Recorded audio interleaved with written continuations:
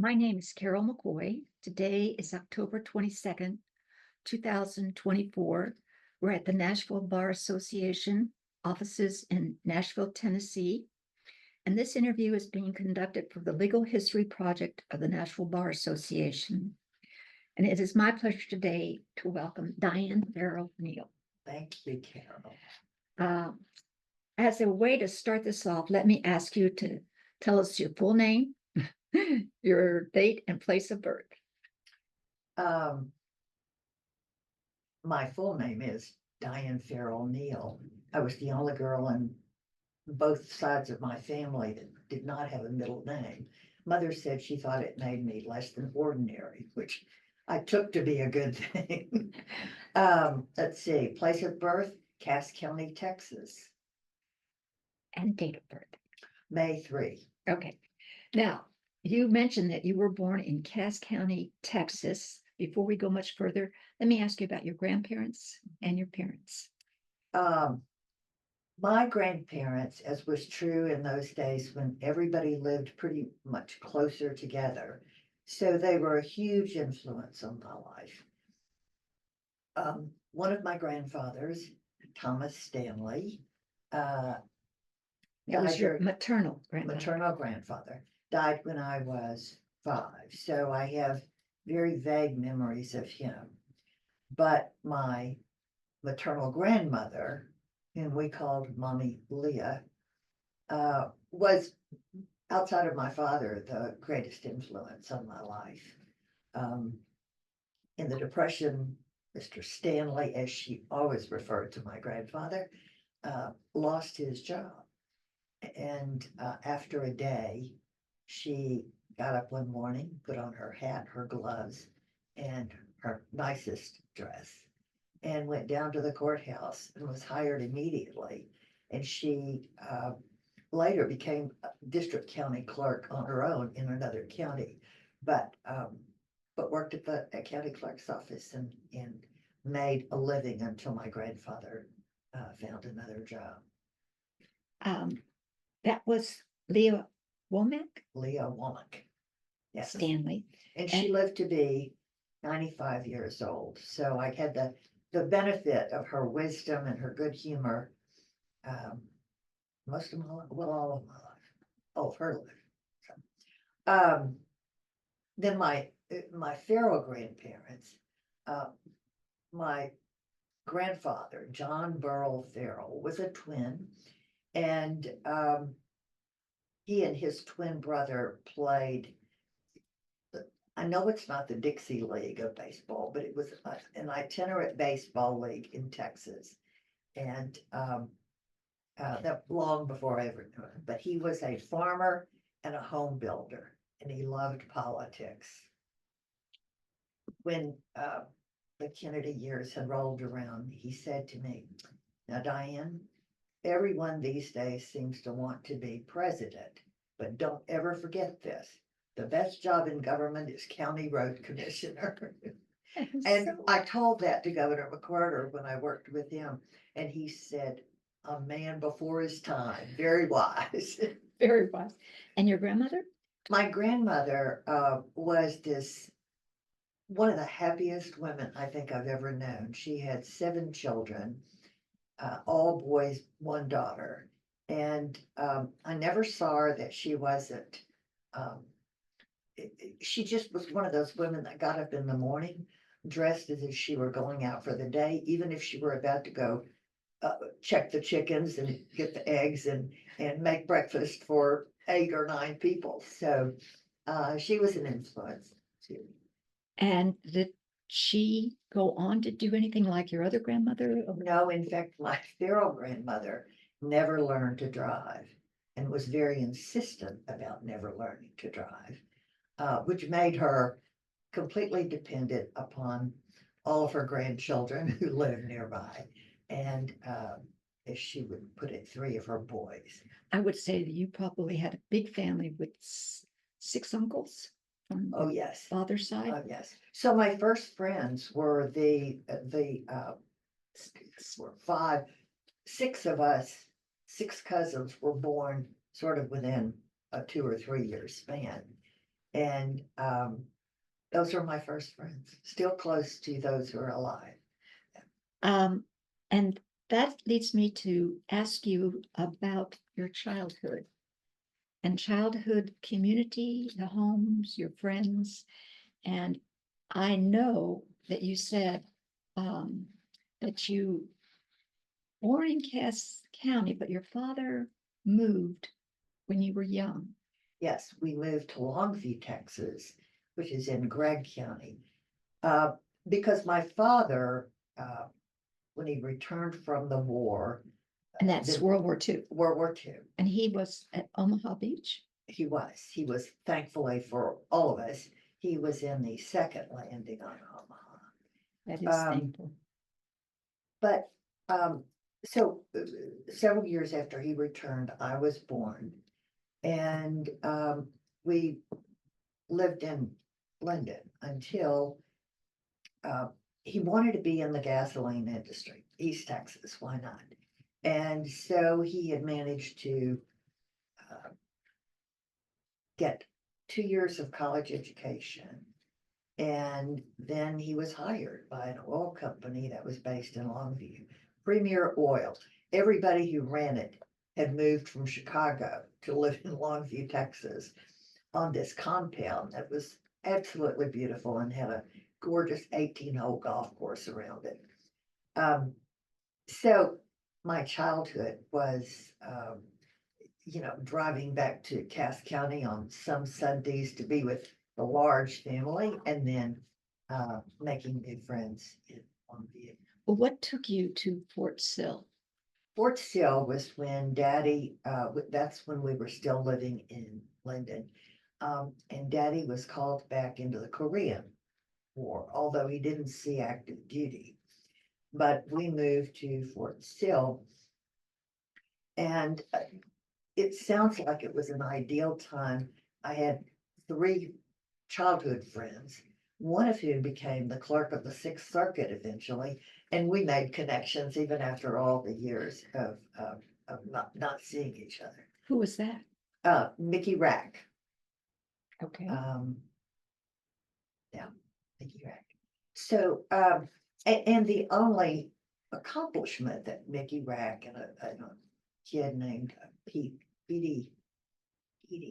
Henderson and I did while we were young children on the base is Fort Sill still had, instead of garages, still had the old horse stables from when Pershing was there.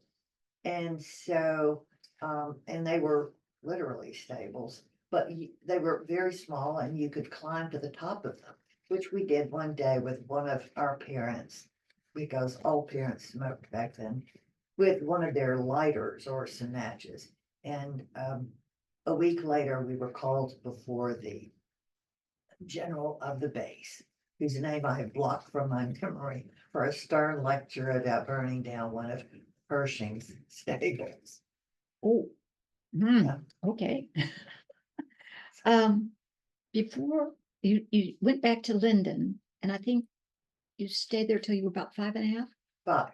5. And because, yeah, probably 5. You're right, 5.5. I must have said that more accurately earlier. Yes, so we got settled with Premier Oil Company, and we found a piano teacher. I'd already been taking piano from an aunt. And then I started school. And that was? Pine Tree Independent School District.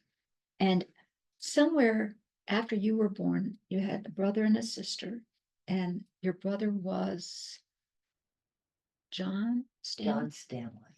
But I think he is with us no longer. He died in 2002. Yes, and he was 5 years younger than I. And your sister, she was very young. Martha. She was born in 62. I think you had said March 23rd, 62. Yes. But she got sick. She got a very unusual virus when she was 6. And You so we lost. lost her.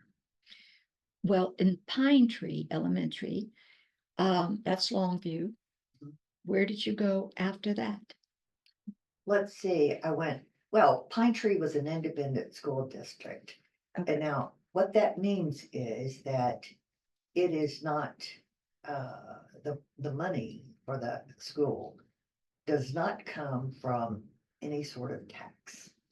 It comes from the mineral leases that are underneath almost all of the schools, or this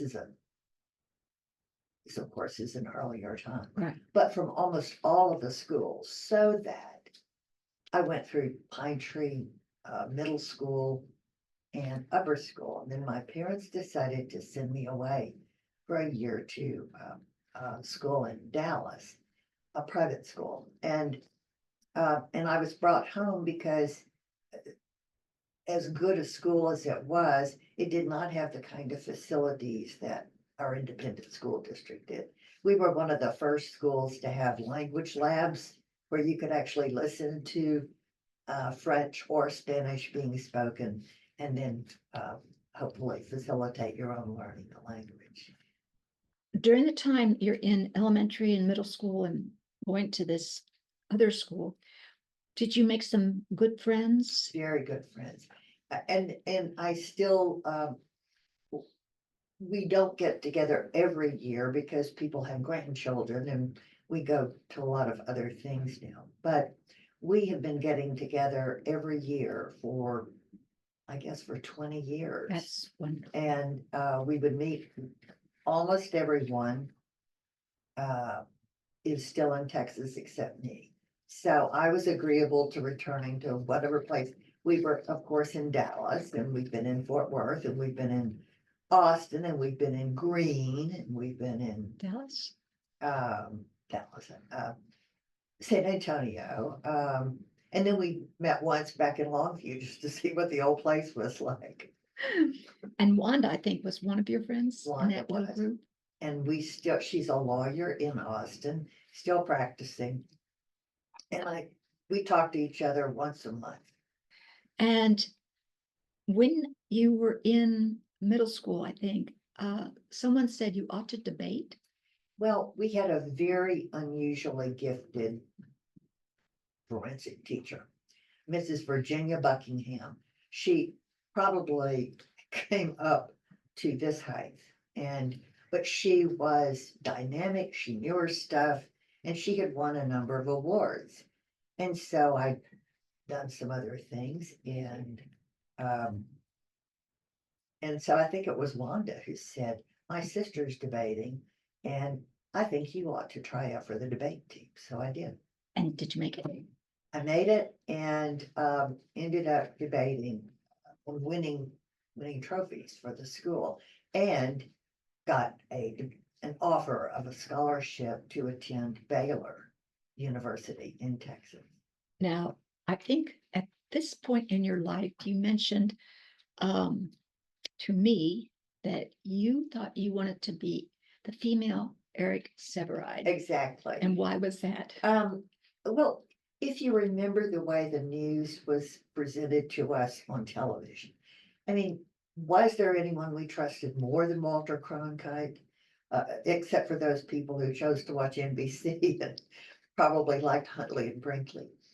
But that was how we got our news. And there was this very high level of confidence that if they said it, they knew what they were talking about. We didn't think it was slanted. It seemed like it was just the facts. So Eric Severide had caught my attention because he did feature stories and he covered conventions. And I thought, well, it would be nice to be that handsome in the first place, but he does it so well and he uses language so well. And I thought that would be a good thing to be. So I had decided that I wanted to go to Smith, which is in Northampton, Massachusetts. It was then a single sex, all girl school. And I met with one of our advisors at the school and filled out the application. It was delighted to tell my parents that I had been invited for an interview and tentatively accepted. And I think I already had the offer of the scholarship from Baylor. Yeah, I think we already had that. And they let me exult in the moment for a full day and then sat me down and said, you know, we just don't think you ought to go up to the Northeast for school. I think your mother had an impression of Yankees. She did. She said, she said, I just know you. You might marry a Yankee. And I had not thought about marrying at all, much less a Yankee. You just So said you the read whole it. idea was just, who could she possibly be talking to? Well, you mentioned Professor Glenn Cap as Professor Cap was the head of the debate department at Baylor, and a finer individual and a better coach I could not imagine. There's a building named for him. He wrote several books. He included, if you had a scholarship in debate, you couldn't just debate. You had to do impromptu speaking or prepared oratory or some other perfectly, awful thing to do. And so they kept popping me around and I would win, and then they would try me somewhere else and see if I could win there. So I do remember the winning speech, probably of any of the competition I was in. I literally wrote in the bathtub at the motel. I mean, I was fully clothed, and in the bathtub at the motel where we were staying for the competition. I had not liked what we drove down there with, and I thought if I could punch it up a bit, Tweak it it. might have some chance. And it's been published in one of his books, and I used to be able to recall the first half of this speech, but I can't read it. Well, before we move on to going to Baylor, I think that you actually were one of two young women to go to Girls Nation, which is beyond Girls State. Right. Is that I had been selected. I've always felt like I was lucky because I didn't know to apply for any of these things that came my way, which makes me sound dumb, No. but that was how it was back then. I mean, there weren't big, there was no social media, so to speak, and there was no one telling you, hey, you know what you ought to do? You ought to send an application in to the League of Women Voters or the Veterans, I guess it was the Veterans League, and apply for Girls State. So Did you someone know what applied Girls for me. State was? I'd never heard of it before. We Okay. never had, we had candidates from there, I'm sure, but I'd never personally known them. And no one made a big deal of it. Right. Well, apparently they decided differently because my mother kept a scrapbook of clippings, and there's like page after page after page devoted to local girl attends Girls State and is selected for Girls Nation. I mean, and I remember thinking, well, achieving is really easy because all you have to do is just play dumb and somebody will throw your name in the hat. So how does Girls State differ from Girls Nation? Well, Girls State is made up of girls from a girl from every county. And then In the state. in the state, and then girls from the larger metropolitan areas. And they replicate the government. we do. And so some are We're representatives. divided into parties Okay. when we are admitted. Oh, and the location of Girls State was in Austin on the campus of the Texas School for the Blind. So here were, I guess 14, 15, 15-year-old girls, all knowing that they were photographing us for whatever magazine they did. And of course, we had no mirrors. There were no mirrors because it was the School for the Blind. So we would take turns passing the little compacts that somebody might have had. All up and down, get ready now, you're next, and that's how we would put our lipstick on. And you go through, I guess, a week of passing legislation and somebody gets governor and so on and so forth. Correct. But what happens when you go to Girls Nation? Well, you represent the state, and there are 2 from each state. And is this reflecting what the Senate and the House does? Less, no, it's Okay. very legislative, and then you elect a governor in Girls State. That's Girls State, but what about Girls In Nation? Girls Nation, you actually are divided into parties. And I, for example, was selected to be the Secretary of Commerce Okay. on the cabinet.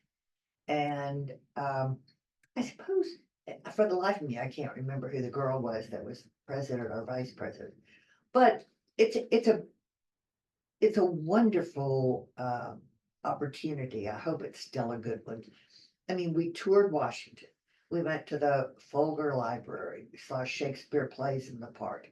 We had dinner on the grounds of the Washington Memorial. And 3 girls were selected to be interviewed by the station that is Voice of America. I don't know that we still have that any longer, but it was a big deal then because it literally was sent to Europe and Right. whatever countries.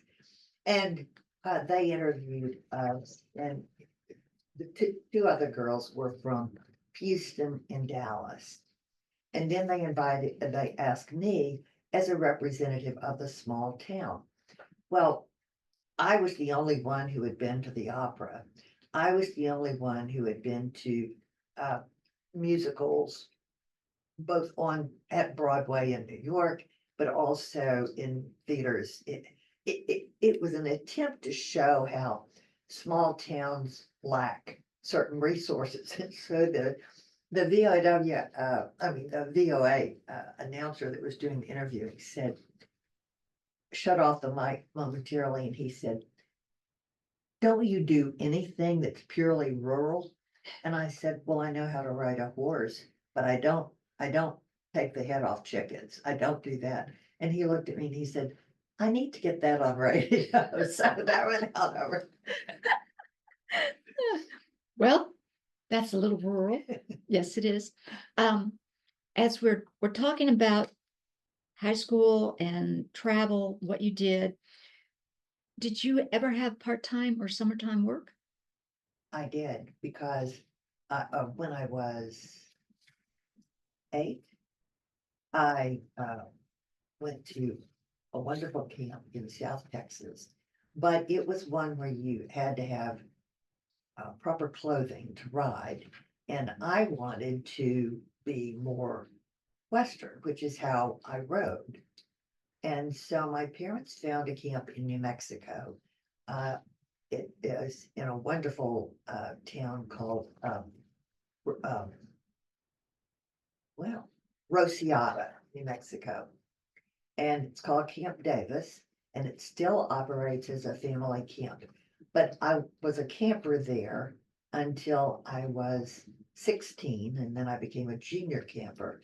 And then I also counseled there for 1 month every summer during my first 2 years of college. And how did that influence your career plans? Oh dear, I wanted to be a forest agent. I thought working on horseback in New Mexico. I guess I had also been to Nevada and Colorado at the time, but I can't remember any other Western states. But I thought it would be wonderful to be out west and to work out of doors. And I thought, forest ranger. You would Why be a not? good forest ranger, but you also wanted to be Eric Sarah. I know it's going to be tough to be Eric sometimes and Smokey the Bear's best friend the next. So while you had these many years at Camp Davis, again, did you make a lot of friends? Oh, yeah. And And a lot, I mean, we kept up with each other. It was more difficult because um, only one of the girls at camp that I worked with and had camped with went to Baylor. Everyone else went to the University of Texas or Texas Tech, a big Lubbock contingent. So, but we kept up, and I guess we got together a few times during college as well. and also you made a lot of friends at Girls State too. Oh, yes, a lot of friends. And so you're starting, even though you didn't know it, a network of friends that may or may not have helped you later on. But as you're working and you're getting close to graduation, you said you had a scholarship offer to Baylor. Did you And I take took it? it. And Which, as you know, when you're a scholarship recipient, you work. I mean, you make other choices. You're free to make all. I was rushed before I even got to Baylor, so I joined a sorority, which ate into my debate preparation time. So that was frowned upon. But Professor Cap he said, just make it work. You just make it work. And I suppose the concept of take on what you want to, but you can't give up. You just make it work. I think that was where I realized the full import of that. what did debate require as far as not only preparation, but travel and things like that? I missed a lot of parties. We traveled. The competitions were almost always arrival Thursday night, debate Friday, with the final to be on Sunday, and then the long return. And we would get all manner of means to have little lights with us so that we could study on the way home. Did you ever have to worry about your grades? That was another thing that I had to make work. I did fine. I mean, I graduated with a very solid GPA, but I think what I missed was there's always that opportunity in a class that you love to really get deeply into it, sort of soak it in. And my soaking time was not available always. So what did you do to resolve this dynamic of missing some of the activities and traveling? Did you drop out of debate? No, I mean, I did 1 year, and but that was not satisfying. And I really stayed in the program. I just and the You and the good changed it a little bit. thing is that when I came out, Prof said, you're going to debate in men's competition. And I thought, I don't think that's going to work, because I had certainly met a lot of the really good men who were debating in college at that time. I mean, I just thought, I can't even imagine, participating against them. They are really good. And my partner and I became really good. And we won a lot of tournaments. That was Robert Nichols. Robert Nichols, whom I spoke to by phone, I think it was 2 weeks ago. Whoa. Yeah. That's great. Yeah. But he was your partner for 1 year? Yes. And what did you realize as a career, another opportunity to look at careers through debate? What did you think your options were? Well, this becomes like a kind of a family, because you're with these people on so many weekends out of the year. And other coaches for other schools whose teams were getting beat by us were coming and saying to me, if you decide to look for a job in education, I'd like you to be my assistant coach. And I thought, I don't think Eric was ever a debate. Eric Silverride was ever a debate coach. And they all sort of looked like, they were smoking cigarettes down to their feet, that look. Yeah, And that wasn't where you wanted that to go. wasn't what I wanted to do. I couldn't even begin to think about it. And the other option was to be a lawyer. There was some reason to think that debate was enough like moot court, and that moot court Right. would lead to Courtroom. Yeah. So had you thought about being a lawyer at that time? I had thought some about it, but not seriously. My daddy was a very, very good businessman. And I remember a conversation one time, it must have been because of a friend deciding to go to law school. And he said, now, if you want a career like that, you ought to go into business, go to business school. He said, I hire lawyers and fire them all the time, which I don't think I really knew, but, that was his way of saying business is better, I guess. Well, it's what he knew. It's what he knew. And talking about what he knew and who you knew, who were your influential? First, what was your major in college? History. With a minor in French. And as you said, you finished school with a great GPA, but who were the professors that influenced you and left kind of a mark? At Baylor, Jim Vardaman, who had actually gotten, I had two professors who got their degrees from Vanderbilt. Of course, I had no idea that I would ever be anywhere near Vanderbilt. Jim Vardaman and Rufus Spain both earned master's degrees at Vanderbilt. And who suggested that maybe you go on? It was Dr. Vardaman. What was he thinking you might want to do as a graduate student? I think he thought that I might go on and become a college professor. I might stay in academia and become a PhD. And where did you apply? Well, I didn't mention that the chairman of the history department had earned his PhD in history from the University of Wisconsin. And so, because the chairman assists in making your applications work, he had said, I think you would be very happy to go to the University of Wisconsin. It has an excellent department. So I did apply there. And then another program that was very, very hot in terms of everyone wanted to be there was the Tulane. And so when I got the letters offering me a fellowship at both, I was like, Madison, Wisconsin, New Orleans, Louisiana. I think I just better stay in the South.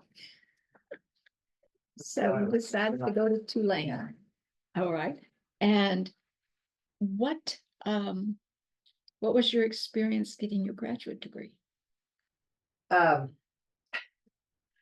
Well, there again, that little adage that I had learned about naked work is that, boy, do you have to do that when you're trying to go to school and get a degree and you're living in this fabulous city that New Orleans is.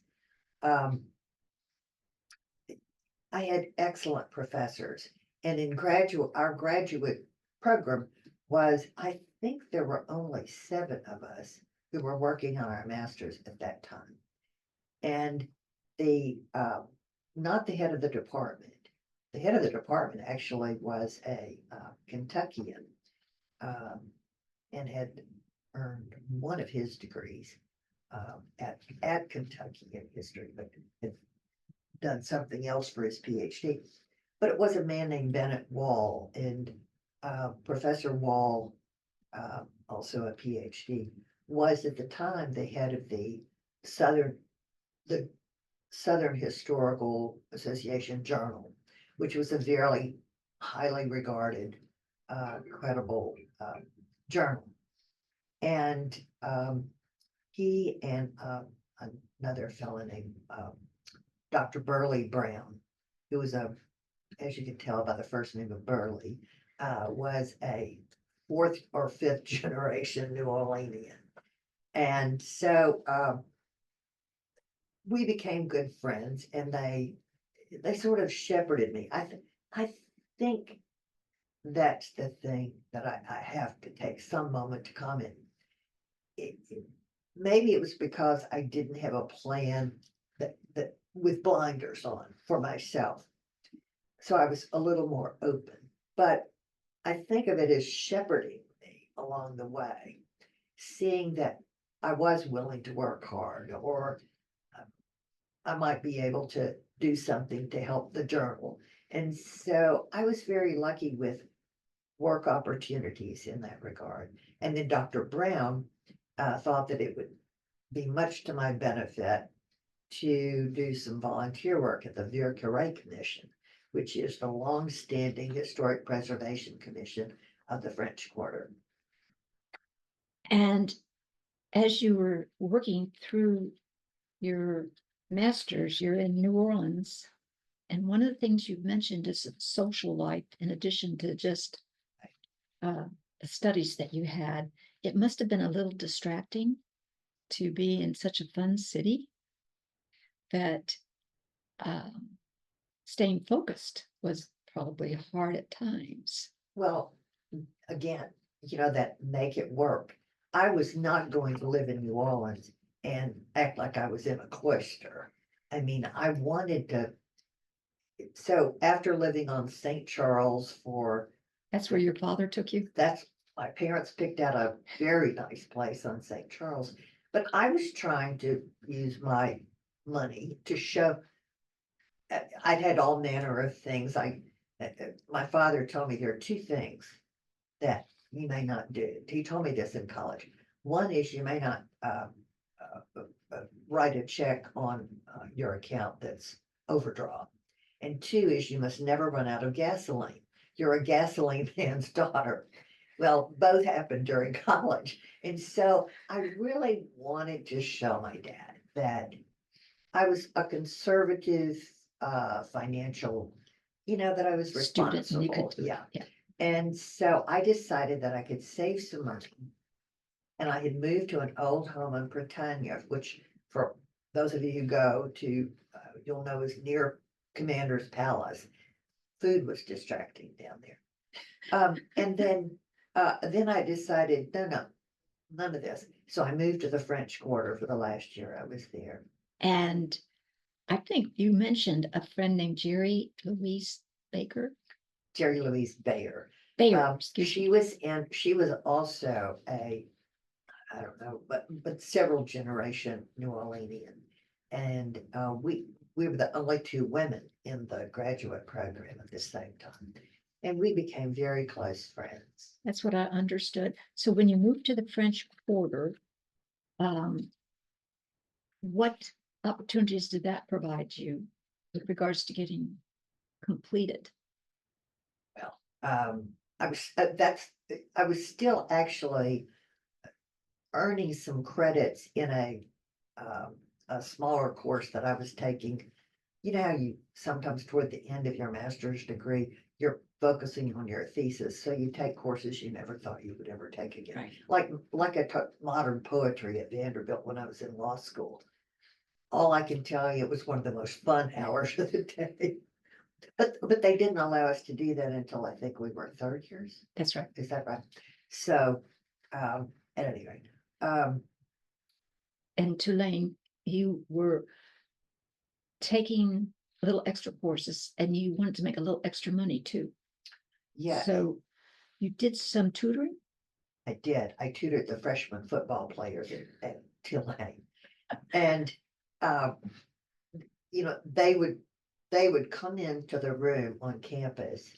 I guess it was part of the whole athletic compound. I just followed the direction.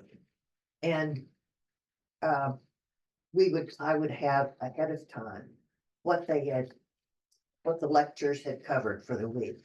And then I would go over them with a review, prep them for any quiz that was coming up. Now, here's the thing. They had just showered after football practice.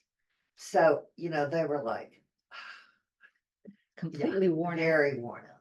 But 3 or 4 of them were obviously pretty alert. And all you need is 3 or 4 in the classroom, really. To answer something.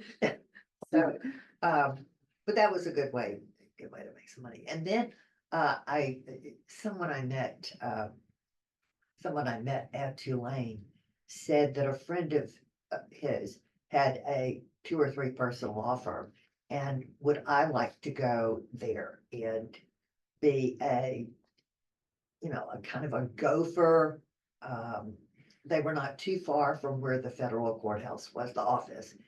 And this fella turned out to have been an assistant DA under Jim Garrison, whose name, you know, It's pretty resounds famous. through New Orleans history. So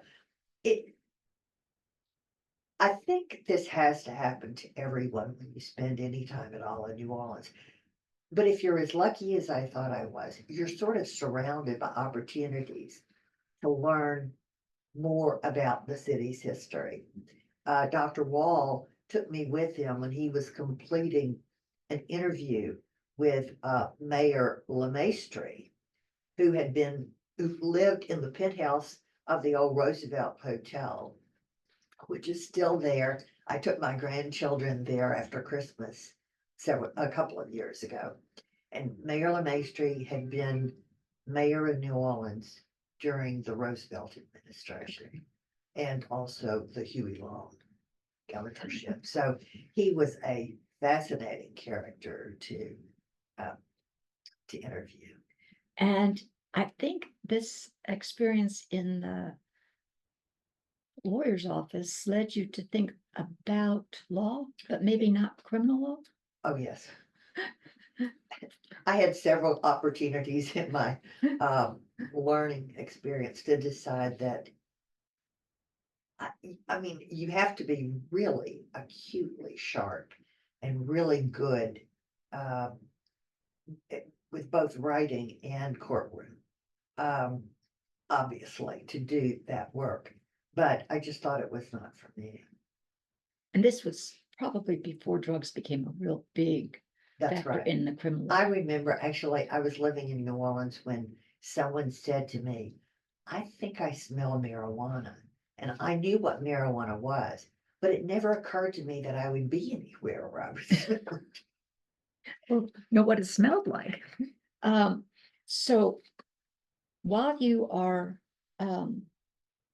thinking about what you're going to do, you got your master's in history, Yes. and that was going to lead you to what? Well, what I had been talking about with Dr. Wall and Dr. Brown, as well as the name escapes me, but the professor I had for the history of New Orleans jazz, who actually ended up being on my orals panel. But they all thought that I could do well to become a student teacher and continue working on another degree, my PhD. But I had been dating a medical student, and Somebody introduced you, yeah, Jerry Louise. I think she did actually. But she didn't know him well. She had just met him somewhere, and she said, he seems nice, and he's not from New Orleans. Well, I thought she must mean he's from Texas. Perfect. But no, he was from Lake Charles, Louisiana. So You were finishing up your degree. I was finishing, and I was working on my thesis, and he was graduating and was matched with an internship program at Vanderbilt. And he said, I don't want to go up there by myself. I think we ought to go ahead and get married. And I thought, Mary, Vanderbilt, Nashville. And I didn't think a thing about the PhD. I mean, it didn't occur to me that I wouldn't just pick up right where I left off Right. And that just because I was moving to Nashville, I might not do that for a while. So we did what a lot of girls, I don't care how smart and how capable they are, a lot of girls back then, I was again making it work. I was working on my thesis. I wanted it to be really good. And my mother was insisting on me being available at all times to, have the wedding beyond all weddings. Sort of, I mean, that was just the way it was. So I couldn't do that to her satisfaction, but we made it work, and we had a lovely wedding in the garden at my parents' home in August.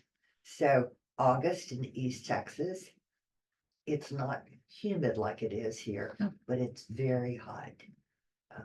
And my trousseau was all fall, beautifully selected outfits, but fall outfits.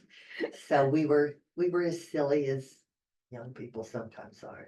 And once you got married and moved to Nashville, I think your dad had said you'd really like Nashville or Tennessee when you told him about it. Well, my father said he liked Tennessee.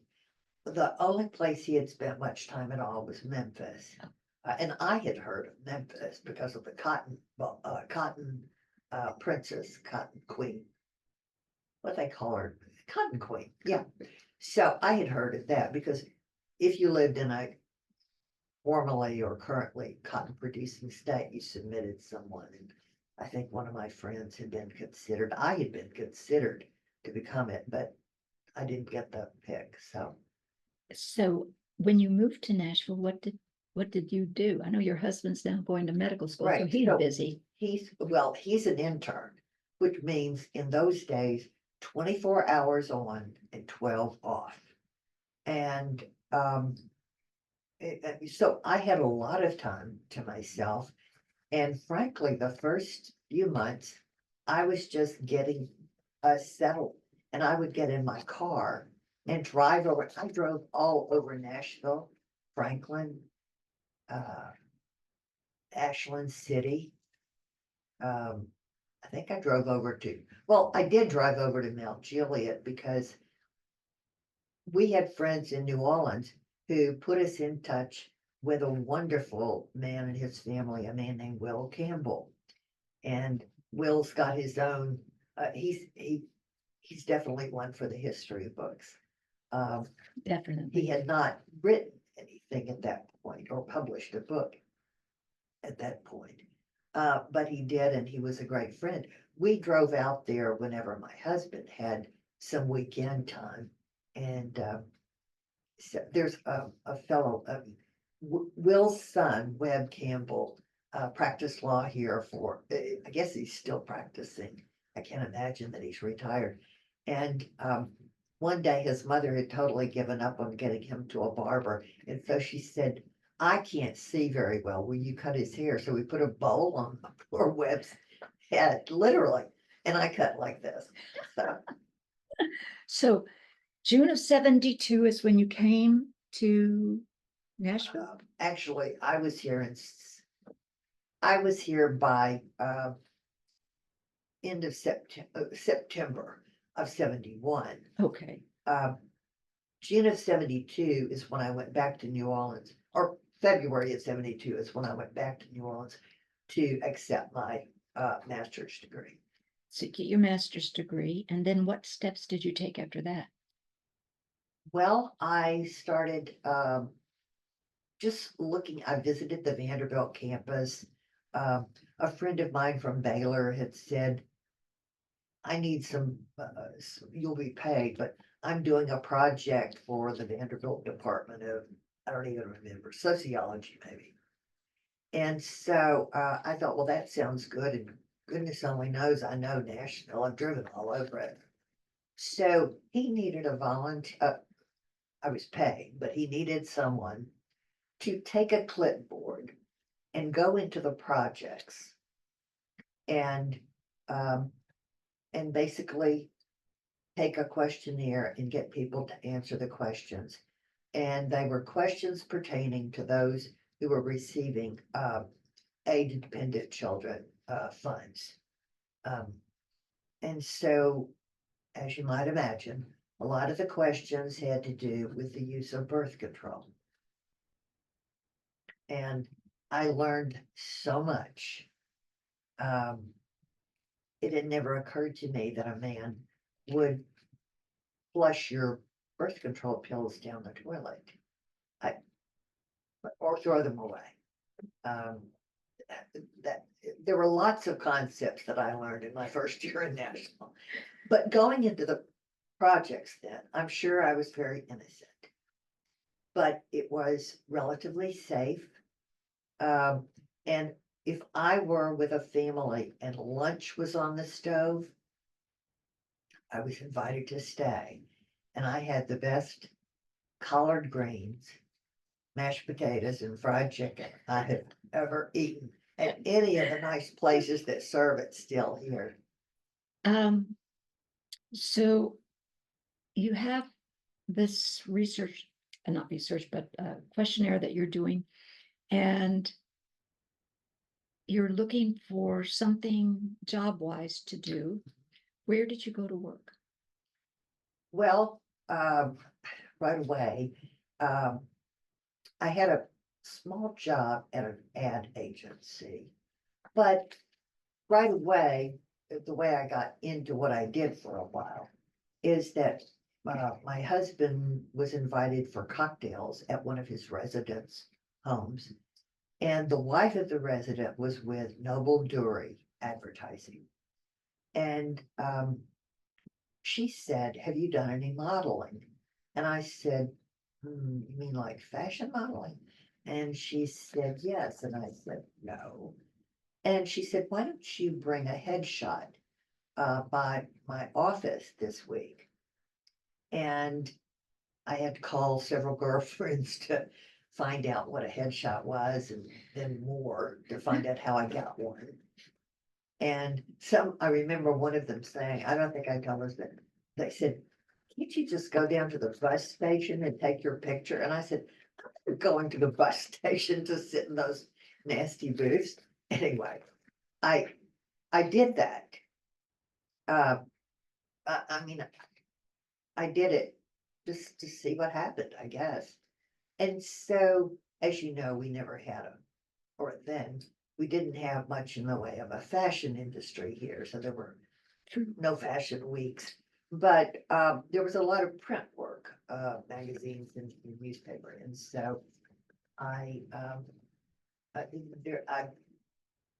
knew housing developments that were being built that wanted to advertise their good kitchens and their great recreation rooms. I'm shooting a pool ball and opening a refrigerator and all those things that you think of.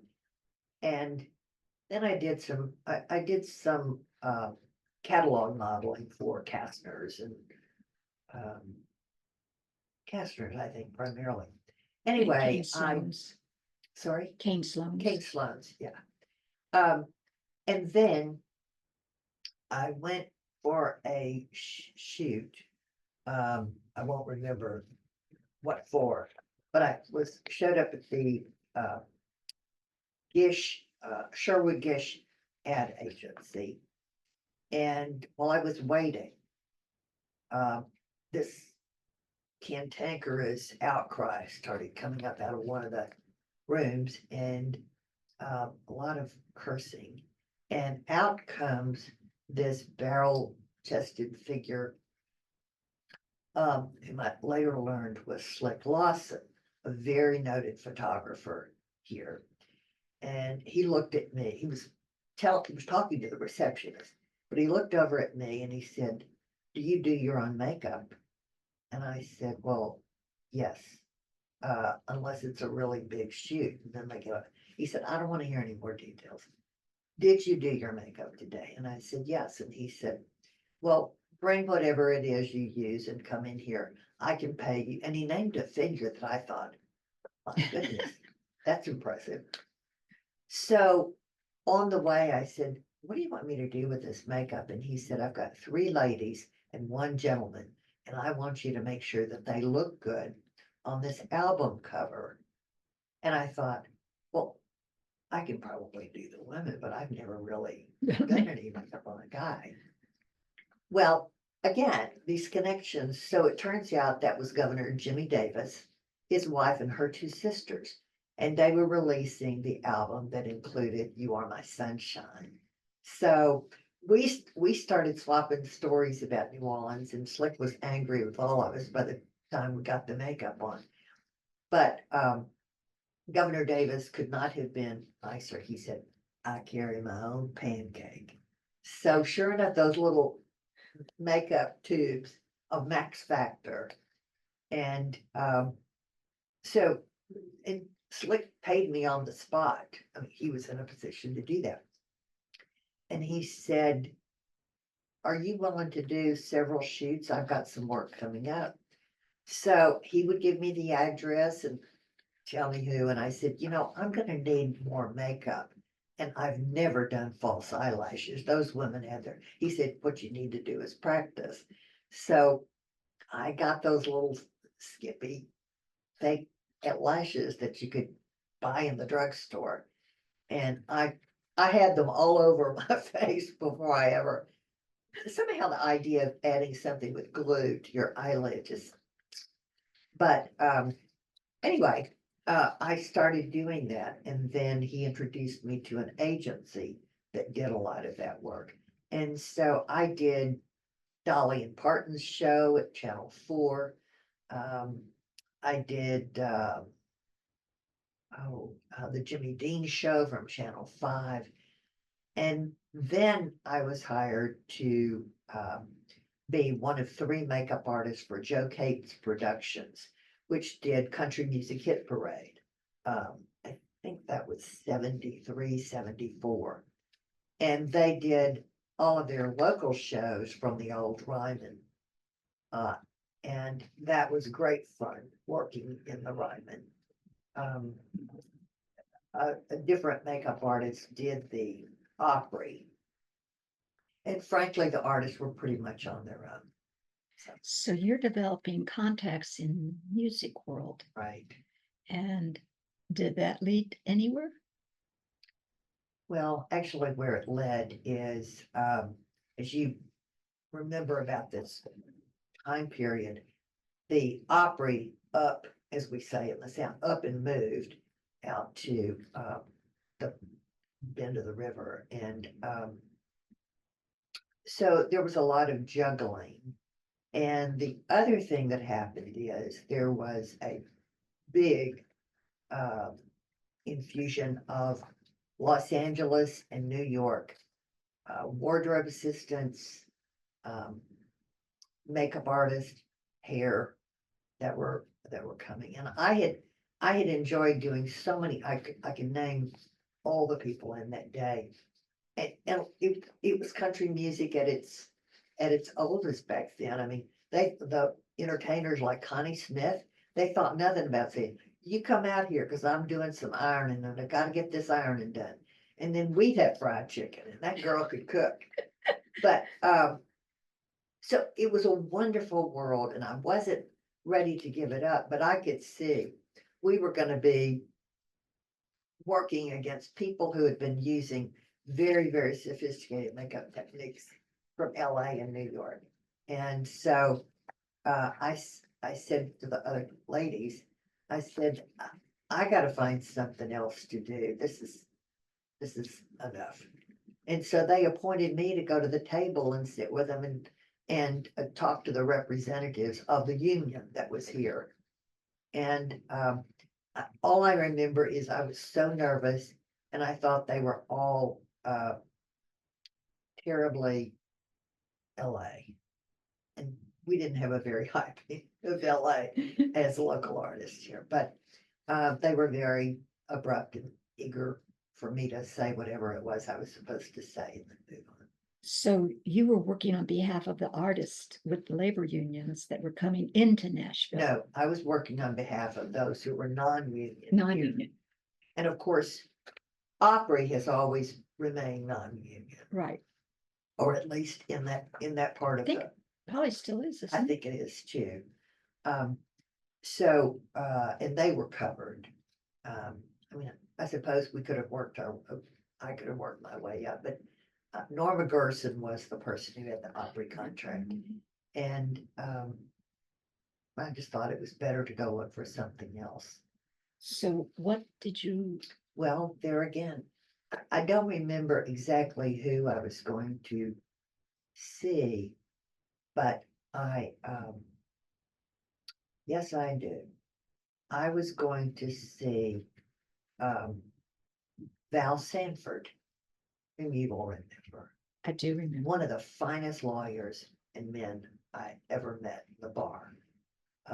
Not in a bar, but in the bar. Right, And I had met his close friend, Doug Fisher, another remarkably capable lawyer. And I think Doug suggested that I sit down and talk to Val about being a paralegal. I can't remember whether I brought it up to him or what. But Val said, well, you don't have any experience as a paralegal. Why don't you just go on and be a lawyer? And good for him. I started thinking about it. It is good for him. So, And we teased Doug later on, why didn't you suggest that? And he says he was behind the time. so you've had this experience with all the people in the music world. You're doing makeup work.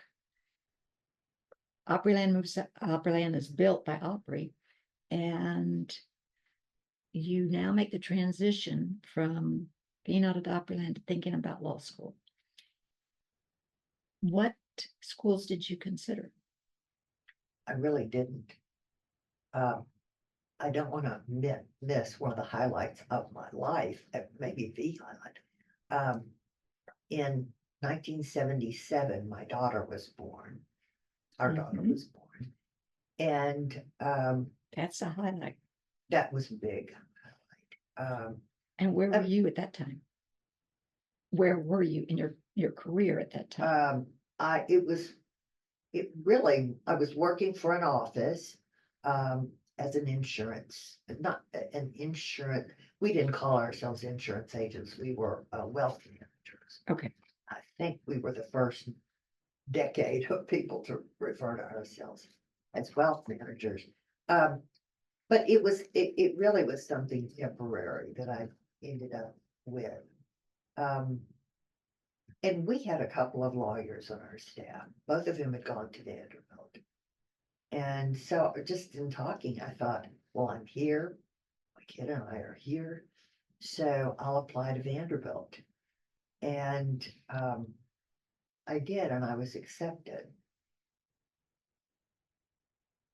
And how far along were you with your daughter at that time? She was 3 when I got into school. So she was 2.5, maybe, about going through the whole process. So you were in law school with a small child. And a divorce, by the way, that was going on. That's another major event in a person's life. Yes, and that was the year that I decided the whole make it work philosophy was not as smart as I had thought it would be. There really is such a thing as too much to do anything as well as I wanted to do it. And I don't remember, were you still married when you started law school? Yes. And that's when you were going through this process of having the divorce? Yes. But you also had a small child. I did. And in fact, I still not only keep up with a lot of members of my class, but with one of my, well, actually, 2 of my professors, Jim Blumstein and Jeff Schonblum, and they both often ask, whatever happened to that little girl that was with you with the big white sandals? And I tell Sarah this story, And she says, I didn't know my feet were big. And I said, I don't think your feet were big. I think they remember those bright white sandals. I'm sure I polished them every time you were going outside. So, yeah, but we got through it together. And um, again, the people I had met, I met George Barrett through Will Campbell.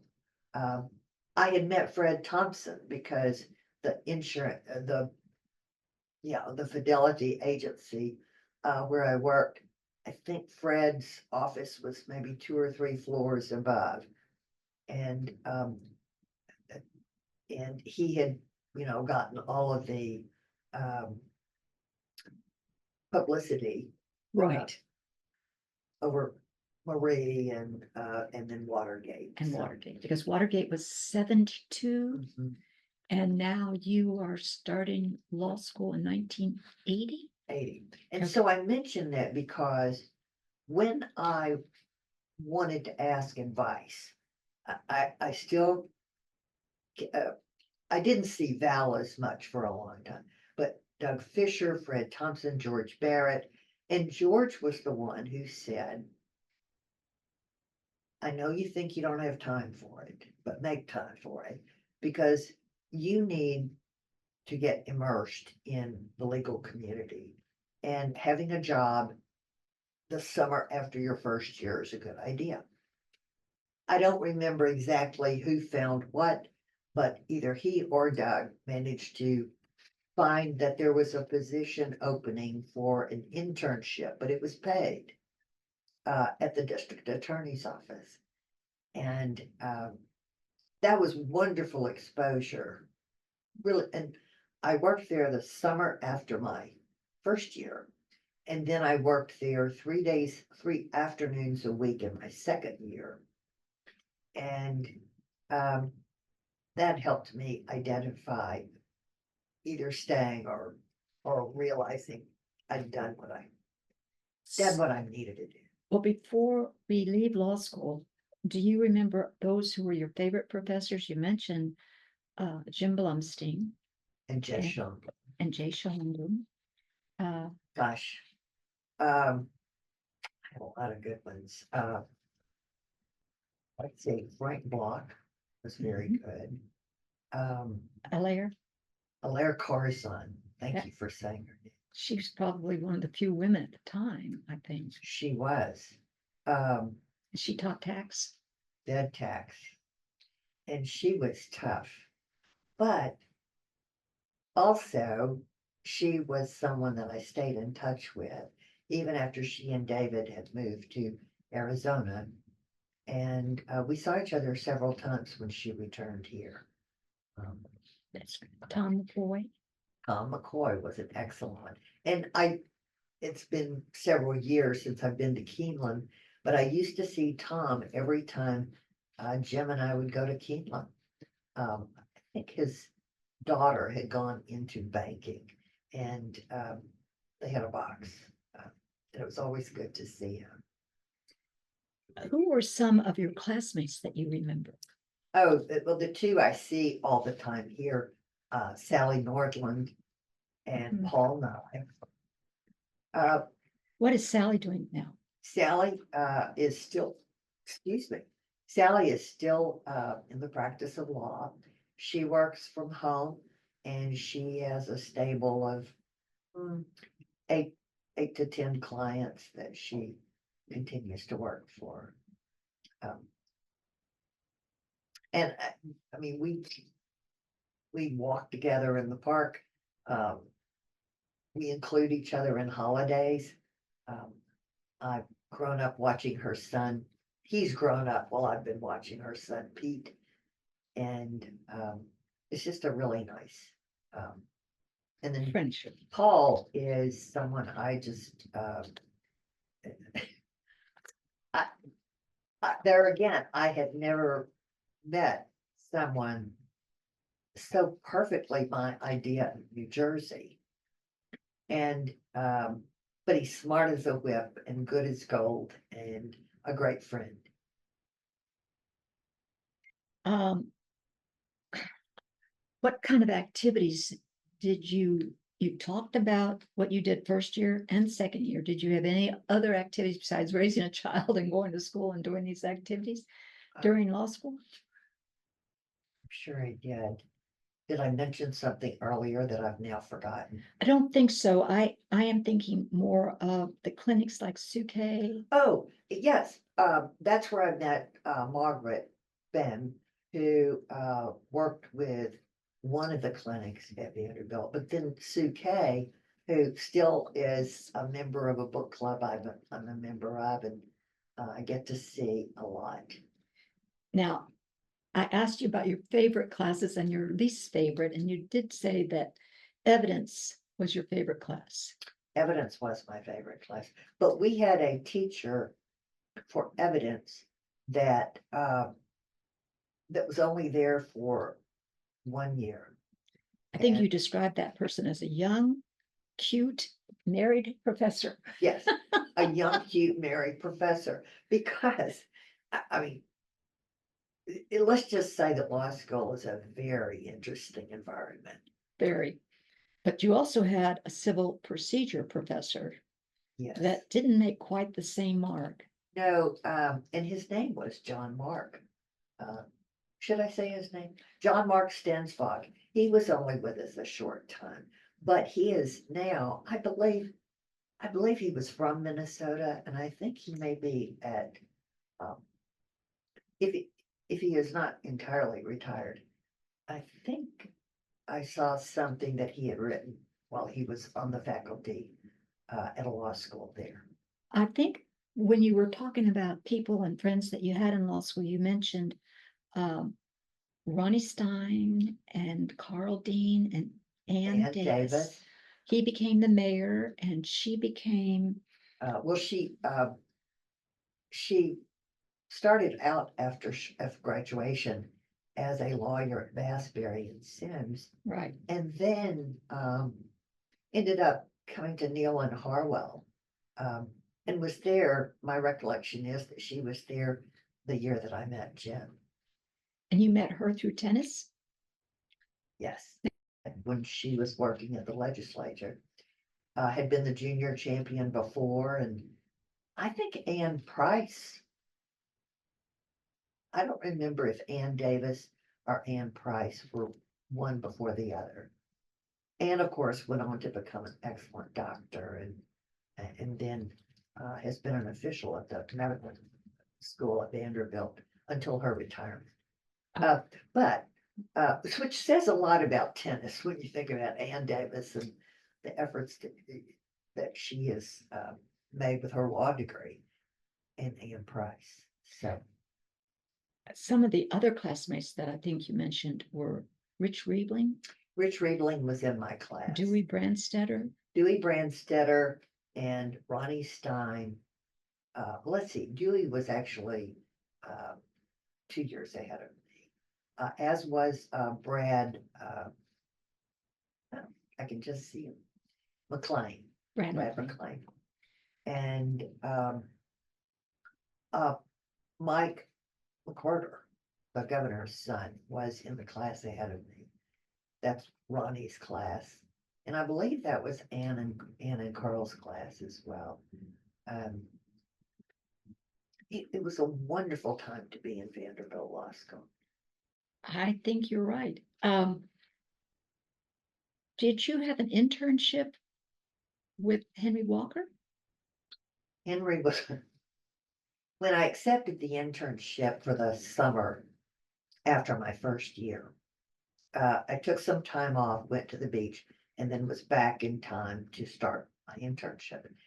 And I walked in and said hello to the receptionist. And for anyone who remembers the DA's office back then, if I tell you that the woman who was at that desk was Roberta, everyone will remember Roberta. And many Hazel, her reasons. mother, was also a secretary in the office. It was a lively office. But the other two interns were Henry Walker and Mac Reed. And so you actually co-worked with them that summer. And, well, and I would say this if Henry were in the room, and since it's just being taped, I might as well. Henry's personality is like this. I walked in and Henry said, "This is my desk, that's Mac's desk, and that one is yours." And I said, "But I don't have a phone." And he said, "You don't need a phone." So the first mistake I ever made was going to Roberta's desk and saying, "How did our desk get assigned?" Let's just say it took a while to get to, "I have no idea." All right. But while you're working at the DA's office, you also met a number of other lawyers besides the interns. I think you said Tori Johnson was there Tori was an assistant DA, and Eddie Bernard, Eddie Bernard, Mark Beveridge, Mark Beveridge, Uh, Cheryl Blackburn, Cheryl Blackburn, Mary Rubin.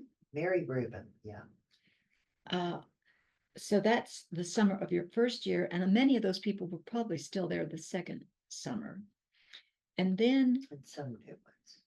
John Zimmerman is there. Uh, Goodness gracious, the chief assistant to Tom Shriver. Ron Thurman, No, he wasn't there yet. John Rogers. That's And John had been an assistant counsel with Fred in the Marie Rajiani case. So after you go, after you go through your third year, what are your plans upon graduation? What are you going to do? Well, so Sarah's 6 now, and I had not interviewed with the firms that had come in. I just like I had wanted to stay here. I had not wanted to put a 3-year-old on an airplane to go back and forth, which is what child visitation was amounting to then. And it was, I didn't feel any better about it when she was about to turn 6. So this is sort of the way that shows that I really had no plan. I thought that things would just work out. I would get my feet back on the ground, get some rest, spend some time with my kid, do this job that I had or had finished, and that somehow I would walk up and knock on her door and it would be open. And to some extent, that is what happened.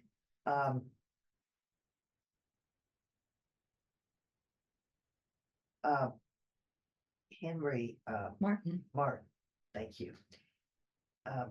And was Gloria, then, he was the federal public defender. right.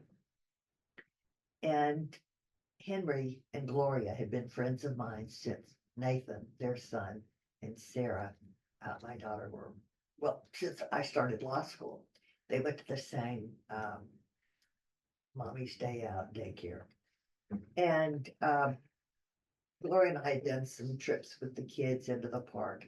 And so I just sat down with Henry and I said, I just need to, think about this. And he had a grant that had come through, and I think for 2 people. And so I went to work at the federal public defender's office, which, as you might guess, I thought, maybe I'm just not listening. Maybe I'm supposed to do criminal law. But that job, however, gave me some good experience, operating with supervision before the magistrate and on a lot of different. And you met some more individuals who became friends, like Mariah Wooten, Yes, Don Dawson, and Karen, I don't remember her last name. yes. Um, And Ann King, who was was her title, not investigator, but she was very key to to the office for sure. And I enjoyed getting to know her and Ken. How long did you stay in the public defender's offices? The grant term was for a year. I actually believe that I remained, I don't remember how we worked that out, but I remained there for at least another 6 months. And what transition did you make? Well, I was interested, I had decided, still holding to my desire not to practice criminal law. I watched the people who did it and I just thought they were more extrovert than I would ever be. And I'm not sure exactly how I envisioned being a lawyer in a quiet little room somewhere. But I finally decided that that's what I needed to stick to. And so I just took the time and I kept talking to people. And you talked to a lot of people. I did. I think you indicated that you knew Fred Thompson. I so you're did. talking to him. And you knew Penny Harrington. Penny Harrington, Richard Braun, Walter Broussard. And about that time, those four left whatever else they were doing. Dick had come to Nashville from Chicago. Mhm. And he had left what he was doing and was looking for a firm. And so Fred, Walter, Dick, Penny formed a law firm. And they had a young attorney named Steve. Oddly enough, his name was Steve Dozier, but not the judge. Right. And me and Brooks Thompson, who later went on to be the election person in the Secretary of State's office. Right. I worked with him a good bit.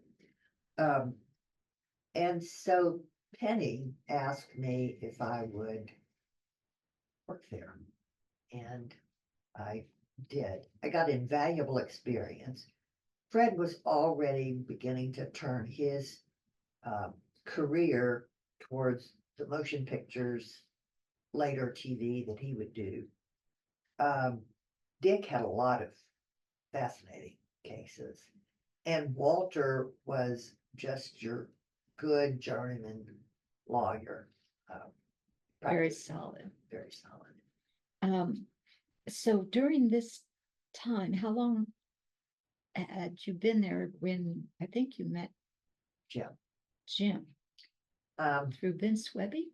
Vince Webby leased some space from the firm. From your firm? Yes. Okay, so he's And, kind of in the offices, but not. Yes. And was always a solo practitioner. And And a great guy. Great guy. Good attorney. And became a close friend of both of ours. But it was the summer, it was toward the end of the summer of 87. Jim had returned from Los Angeles, where he had defended successfully John. The Animal House John. It's right in front of me.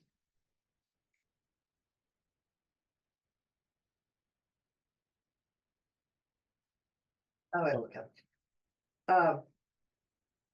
But he had represented him because the state of California had charged him with the criminal act in the death of Vic Morrow and 2 children on the set of The Twilight Zone, maybe the helicopter. right.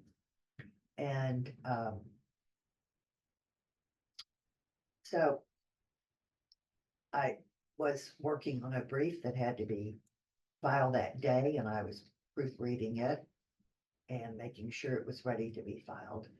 And I heard the ding of the elevator. And I looked up, and here's this very thin, very well suited, grooming wise, man get off the elevator. And he walked right past the library and went back to Vince's office.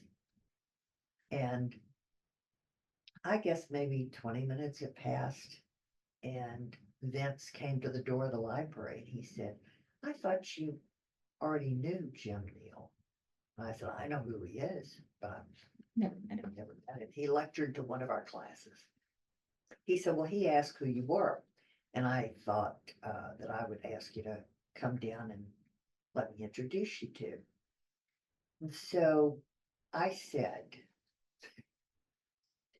this has got to be filed today. And I've really just found a section that needs to be reworked. So I'm going to have to talk to Dick about it. I just don't have the time. And I said, he is such a good lawyer. He's going to understand. And Vince said, nope, Subi's not going to understand. Which he called Subi in place of Super because he always referred to Jim as the Great One. And the first time I heard Vince call him the Great One, I said, that's Jackie Gleason. And it said, you're never going to get along with this guy. But anyway, so I don't know, when I left to go take the thing over to the clerk's office, I don't know if Jim was still there or not. But it was a week, maybe two, and he came into the library one day and introduced himself. So, And that's how you met. that's how we met. And I assume after that, you all went out. Well, he was in the middle of a fairly, at least in the social column, publicized divorce. And I remember practicing what I was going to say to him. And I practiced it, but of course it came out all jumbled. But essentially I had practiced saying, Mr. Neal, I have a child. I have a wide social network. I can't afford to be in the newspaper, which I would almost surely be with a man who is married. And it came out sort of like that, but I remember him looking at me and going, where do you come from? Which I took that he did not mean literally. But, Kind of puzzled why you would say that. yeah. Well, frankly, when I think about it, I hadn't thought it was a risky thing to do. I thought it was the only thing I could do. Right. So, Well, you have a young child, Yeah. and you're working, and it I don't know. At any rate, he dropped the subject. That was that. And then later he said, well, I don't think there's anything wrong with us having lunch. There'll be some other people from my firm that'll be with us. And you might learn something. That's what he would always say to me. You never know. You might learn something. as though you didn't know enough. Or, or for all I know, he said that to everybody. So you were still working in your law firm, and what was the type of your practice there? What, you weren't doing criminal? No, I really developed and frankly, Jim helped this along, because I would ask him to read some of the things that I was writing for whichever lawyer I was working for. And I really became, I think you would say, a darn good writer, which obviously has helped me in my teaching. So Dick had some fascinating cases. I did legal memorandums surrounding the investigation into Senator Harold Ford, the daddy of today's Harold Ford, that that Fred was working on.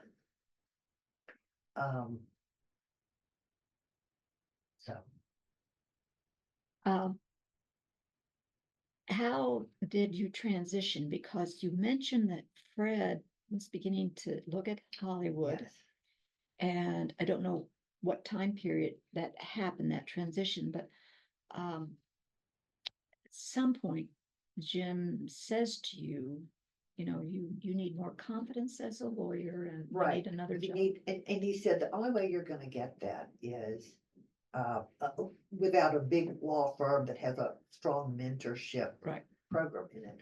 The only way you're gonna get that is if you sign on to work at the district attorney's office, which I'm sure I grieved over, US attorney's office, or the attorney general's office. Mhm. I didn't apply again to the DA's office, although I probably should have, but and the US attorney's office was going through one of those freezes. So I did apply, and Mike Cody was the attorney general at the time, and I had met Mike. I had many Memphis friends, and of course he was living here while he was attorney general. And I applied and I interviewed and I was hired. And on the Saturday before I was to start on Monday, Jim and I were in Memphis for Jim had gone on the state racing commission. And the only applicant was this Memphis businessman who wanted to show these electronic operated horses. These were miniature horses, not ponies. They were miniature horses. And the men who operated them were standing with the little battery boxes in their hands and making them run or making them pull up or whatever. And so there wasn't a live person on the horse. And Jim said, oh, it was McVeigh was his name. And Jim said, I can't believe this is the only application. And I said, this won't do. This will be a comedy of such huge proportion. Right. The commission eventually voted against giving him a license. But Bill Leach was there, the former attorney general. Right. And Bill and I had become friends through my good friend Mary Schaffner and Penny Harrington. And Bill said, well, are you excited about your job? And I said, yes, I just think Mike runs such a good office. He said, well, he sure did. But he said, as of Monday, you're going to have a new attorney general. And the announcement, I hadn't heard it, but the court had just announced that Charles Burson would be the attorney general. So how did that impact what you were going to do when Charles became no job? Really, I know I had the job. Oh, and you had a new boss, so the whole office had a new boss. I assumed that I would probably not meet the attorney general. If you remember, there was a time when there was a whole office for the attorney general over off of Gay Street. Correct. And that was where general civil rights, anyway, 3 different departments were down there. So we had the advantage, if you like, of not being right up next to the executive suite. And when you got there, what was your assignment in the AG's office? What were you going to focus on? I was assigned to the Civil Rights Division. And we handled Claims Commission suits as well as the 1983 claims. Yes. From the prisons. During that time, had you met some other lawyers that you didn't know about that were in the AG's office? Yeah, Jane Young, Patsy Cottrell. Thank you. And Stephanie Reeves. Stephanie Reeves was in my law class. Oh, but she wasn't at the AG's office. Oh, she was. Oh, okay. And Kimberly Dean? Kimberly Dean. Raymond Leathers was the department head when I arrived. I did not know that. He was an excellent manager of that department. Really, if you know Raymond, he's just got that. It's got a calm effect, but efficient. Very professional. And even with that big smile. Sharon Roberson. Sharon Roberson was also in my class. So as you're getting into the civil rights area, that's sort of a new area of the law to look at. How did you find that experience? Well, Hard- highly interesting because these complaints are, I mean, they are endless files, endless stacks of files. And, you, you have to learn how to read through them, be prepared to justify going forward. Otherwise, almost a stop motion to dismiss based on pretty much everything. Then the prisoners, of course, would get your address and they would send you personal letters. Yes. But I found it was also the division was one where we had the capacity to put two lawyers on a case if the other one was new to the division. And everyone there was very helpful to me. It was very helpful. But we were in federal court, and it was, I had to learn a lot about the prisons. So I think I had been there 6 months when I got a call at home from Knox Walkup, who was the chief deputy, I think, under General Burson. And he said that General Burson had been keeping up with the way some of our federal cases were going, and would like for me to come prepared to talk to him. And I think Knox was there.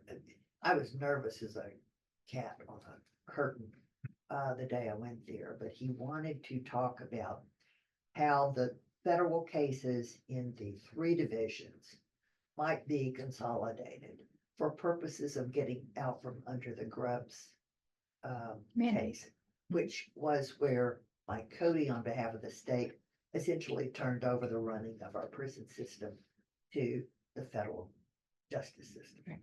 So they had a master who was kind of. Eventually, we had a master. We did not have one at that time. All right. And so that put me in a position. General Burson said, I'm not pleased with the way some of these cases are going, and I want to change some things up. Would you agree to work on what we all call the Grubbs cases? Okay. And I said yes, because I didn't have a plan. So I said yes. And it was hard to say I was second chair, but essentially it worked out. David Himmelreich, who was a very precise, very careful, very skilled attorney, was first chair. And I learned a great deal about organization, about. A lot of what Jim had said was what you needed to do. Correct. Like correct. being in a large firm, even though Correct. the HE is not a firm, but it's a big It is. place. It is. But it's a great experience. And so that then, of course, put me in a position where I was called before legislative committees. Talking about the conditions and what needed to be done, and changing. And corrections had an legislative oversight committee. And that was constant preparation. So what did that lead to after you had kind of? Well, there came a point where David and I were just asked, how much longer can this go on? And I said, I think it can end, but we had finally requested that a master be selected. Right. And I don't, and I think that may have been done. I'm hesitant to be exactly sure, but because we talked about it so much before it got done. And once this man was selected, we met with him, and of course, Gordon Bonneman was the plaintiff's counsel. And we spent a lot of time talking to Gordon in front of the pastor. And I thought we can end this thing, but we're going to have to limit Gordon's ability to persuade. And so that became my mission. And ultimately, now, you went with AG's office in 1988? 1988. All right. And what you are doing now is somewhat 89, 90 with the Grubbs case and trying to get closure. At what point did you marry Jim? Jim and I married in March of 1990. So you're in the middle of the Grubbs case. Oh, yeah. While this is going on. Oh, yeah, because you make it work. Yes, there you go again. So I think you indicated that, I think it was in late 91, you got a call from David Wells, who was counsel in the governor's office. And what did that lead to? To being counsel to Governor McWhorter. Now, I had spent a year, we may have to back this up, but I had spent a year as general counsel to correction. I missed that step. I And- knew you'd been there And the purpose of that was to ensure. yeah, that the finality of it was done, and also that the then still in draft contract between the state and CCA would become a reality. So it was almost easy for me to make the transition to the governor's office. No one's totally prepared, but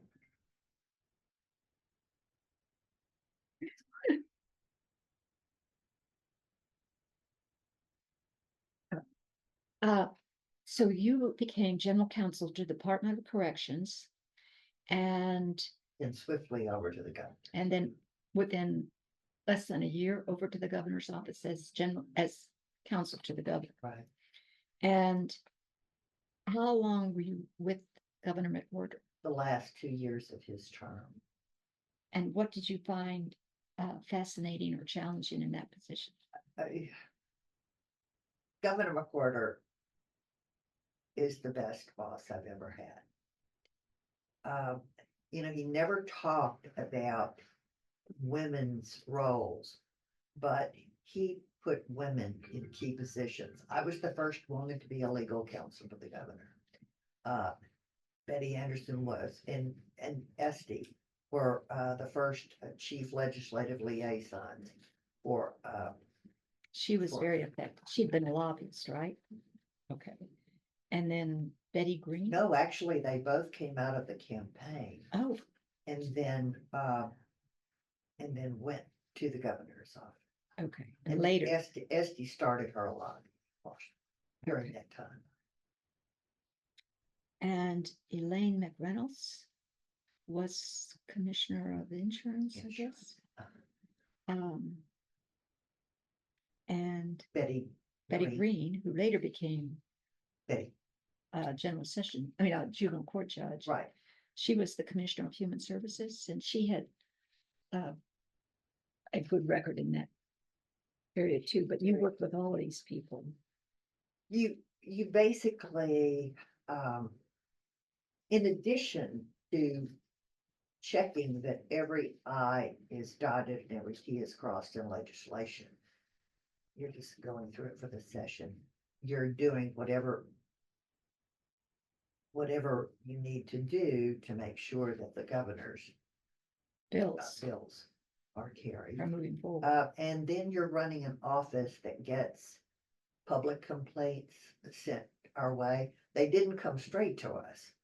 But if they had anything remotely to do with a legal issue, and I always swore that the people that got the calls would turn something into a legal issue just to get rid of it and send it our way. Well, you're now doing 2 years with Governor McWhorter, and again, making this network of friends and Right. people that you knew through the legal community. What were your plans when Governor McWhorter finished his term? Well, like I think happens to a lot of people who are in a governor's cabinet, law firms come talk to you, some of them about their government relations departments. This was still some of all firms didn't automatically have government relations departments. That's true. And so some of them were just trying to figure out if having that kind of access that a person could promise would be helpful to them. So I talked to a number of those, had really started thinking seriously about accepting one of the offers. And I went with Jim to Cumberland University, and I heard my name called out over a crowd, and it was Sarah Kyle. Sarah had met me because her husband, Jim Kyle, had been the senator, chief officer of the Oversight Committee on Corrections. And she said, I've been told I need to persuade you to come and be general counsel for the Public Service Commission. And I said, well, I'm very flattered. But of course, Public Service Commission was in, let's just say, disarray. And the Public Service Commissions the regulatory agency for this state. For communications and phone companies and transportation. This was the time before safety had taken over that aspect of the transportation Right. portion of it. I don't think it's called the Public Service Commission anymore. No, in fact, in my first interview with the other, Sarah had just been elected, by the way, statewide. And there was a lot of interest in ending the agency as a statewide election because aside from the governor, there were no other statewide. Right. And the feeling was that too many of the commissioners of the PSC had gone on to throw their hat in the ring for governor. And that had largely been, that those positions of the commission had been held by Democrats. And so here was Don Sundquist, and he had a colleague in the Senate, Jerry Cooper, and they both wanted to put an end to the PSC. So we knew even before I went down there that during the legislative session, the PSC, we weren't sure exactly when it would be effective, but would become the Tennessee Regulatory Authority. And the commissioners would be appointed positions, one by the governor, one by the lieutenant governor, and one by the Speaker of the House. And when you were approached, what was your response to Sarah at the time? I eventually said yes, but I wasn't because, I thought about this since the first time we talked about it. I think in this case, it wasn't that I didn't have a plan as much as I had grown very, very fond of being in state government. I'm sure there are people who have worked in Washington who feel the same way. It's really a little like having an adrenaline pump in all the time. And you're not just pretending that you're part of really important stuff. You really do have an opportunity to be part of really important stuff. I didn't know enough about practicing in a law firm to know what the trade-off would be for that, for me. So I thought this will be good. I can put this off another few years, making a plan. So I think you had told me that it was in 1994 that the TRA, the Tennessee Regulatory Authority, It was was created. created in that legislative session Okay, of 95. 95. Okay. And you are or have been acting as counsel to the PSC when it Right. kind of dissolved and the TRA took over. And then you had 3 appointee bosses. And Speaker Navy reappointed Sarah Kyle. So she was the only elected commissioner who became a holdover. Okay. And I take it Jerry Cooper was still in. Jerry Cooper was always in the Senate. Oh, he was He, senator. He was the one making the moves. he So who were got the other? elected. Who were the other two? Uh, Lynn Greer Lynn Greer, thank you, And and Malcolm- Melvin Malone. from Chattanooga. I think he practices with a firm there now. I know he went to UT Law School. Okay. But those were the other two Yes. commissioners for a while. And how long did you stay with them? I After was there, 95 I when it went started? there in 90. January of 95. Okay. And I was there until May or June of 97. Okay. And what caused you to decide to change? Oh, um, we, frankly, we could never get enough money to have lawyers. Oh, I mean, enough lawyers. There was me, there was one other full-time, and then we got a position that started out as part-time. But a girl who had moved back here from the state of Rhode Island, who, when you only have 2 lawyers who have some experience, and you bring in another one, that person deserves the opportunity for you to have a chance to mentor them. right. Bring them along. Don't give them the big things. Until they've learned and until gotten they've their feet learned. wet. We didn't, everybody had to be prepared. Everybody had to do. I ended up overdoing, and so the position of general counsel became one where I was active in the court. Oh, I represented I don't remember how this worked out. I'm sure somebody requested something. But we, of course, like other agencies, had a member of the AG's office who was available to represent us.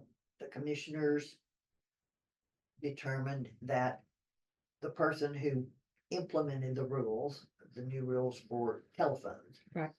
should also be the one to argue the case. And so I became the appellate lawyer for our agency. I was certainly grateful for the experience, but this is another example of when you can't always make things work. There really is only so much time. So I requested another lawyer, and as you know, those things are very much out of the Very hands difficult to do and they're completely out of the hands of someone at my at level. your level. That's true. You can talk about the need, you can show numbers, you can show and it's, But funding a new position is very hard. it's very tough. So you had no money, only 2 lawyers. You had someone who wasn't really a good candidate in the Right. 3rd position when you got it. And you had the deregulation of the telecom industry. And I stayed through that. I mean, that was another exciting matter to be involved with. Wasn't always sure it was the right thing to do, how we did it, but we did we did it. And, met some excellent lawyers along the way, there for sure. Val Sanford had a client, was constantly before, so, the terms that. keep all the bringing people connections that you together. have. So you're working on implementing new rules, trying to get them approved, trying to deal with representing the agency yourself, even though you are the general counsel, and that typically doesn't fall to the general counsel. Why did you move on? Well, there was also, when people feel like everybody wants to be the general counsel sometimes. And I just thought, I've heard about some other things I might do, and I've done everything I could do, and I think there was a point where I was afraid that if I kept trying to make things work, that my career would suffer. And I don't like dissension in the workplace. I know that almost seems naive to have that expectation, but if you can reduce it. Right, and there are places where you can have a good Yes. working environment. Yes. So you made a switch to. Well, again, I was having lunch one day with Keel Hunt, and he said, I know that there is a vacancy, or soon to be a vacancy. How do you feel about running a nonprofit? And I said, well, I sat on some nonprofits. I think it must be extremely hard to be the executive of a nonprofit board.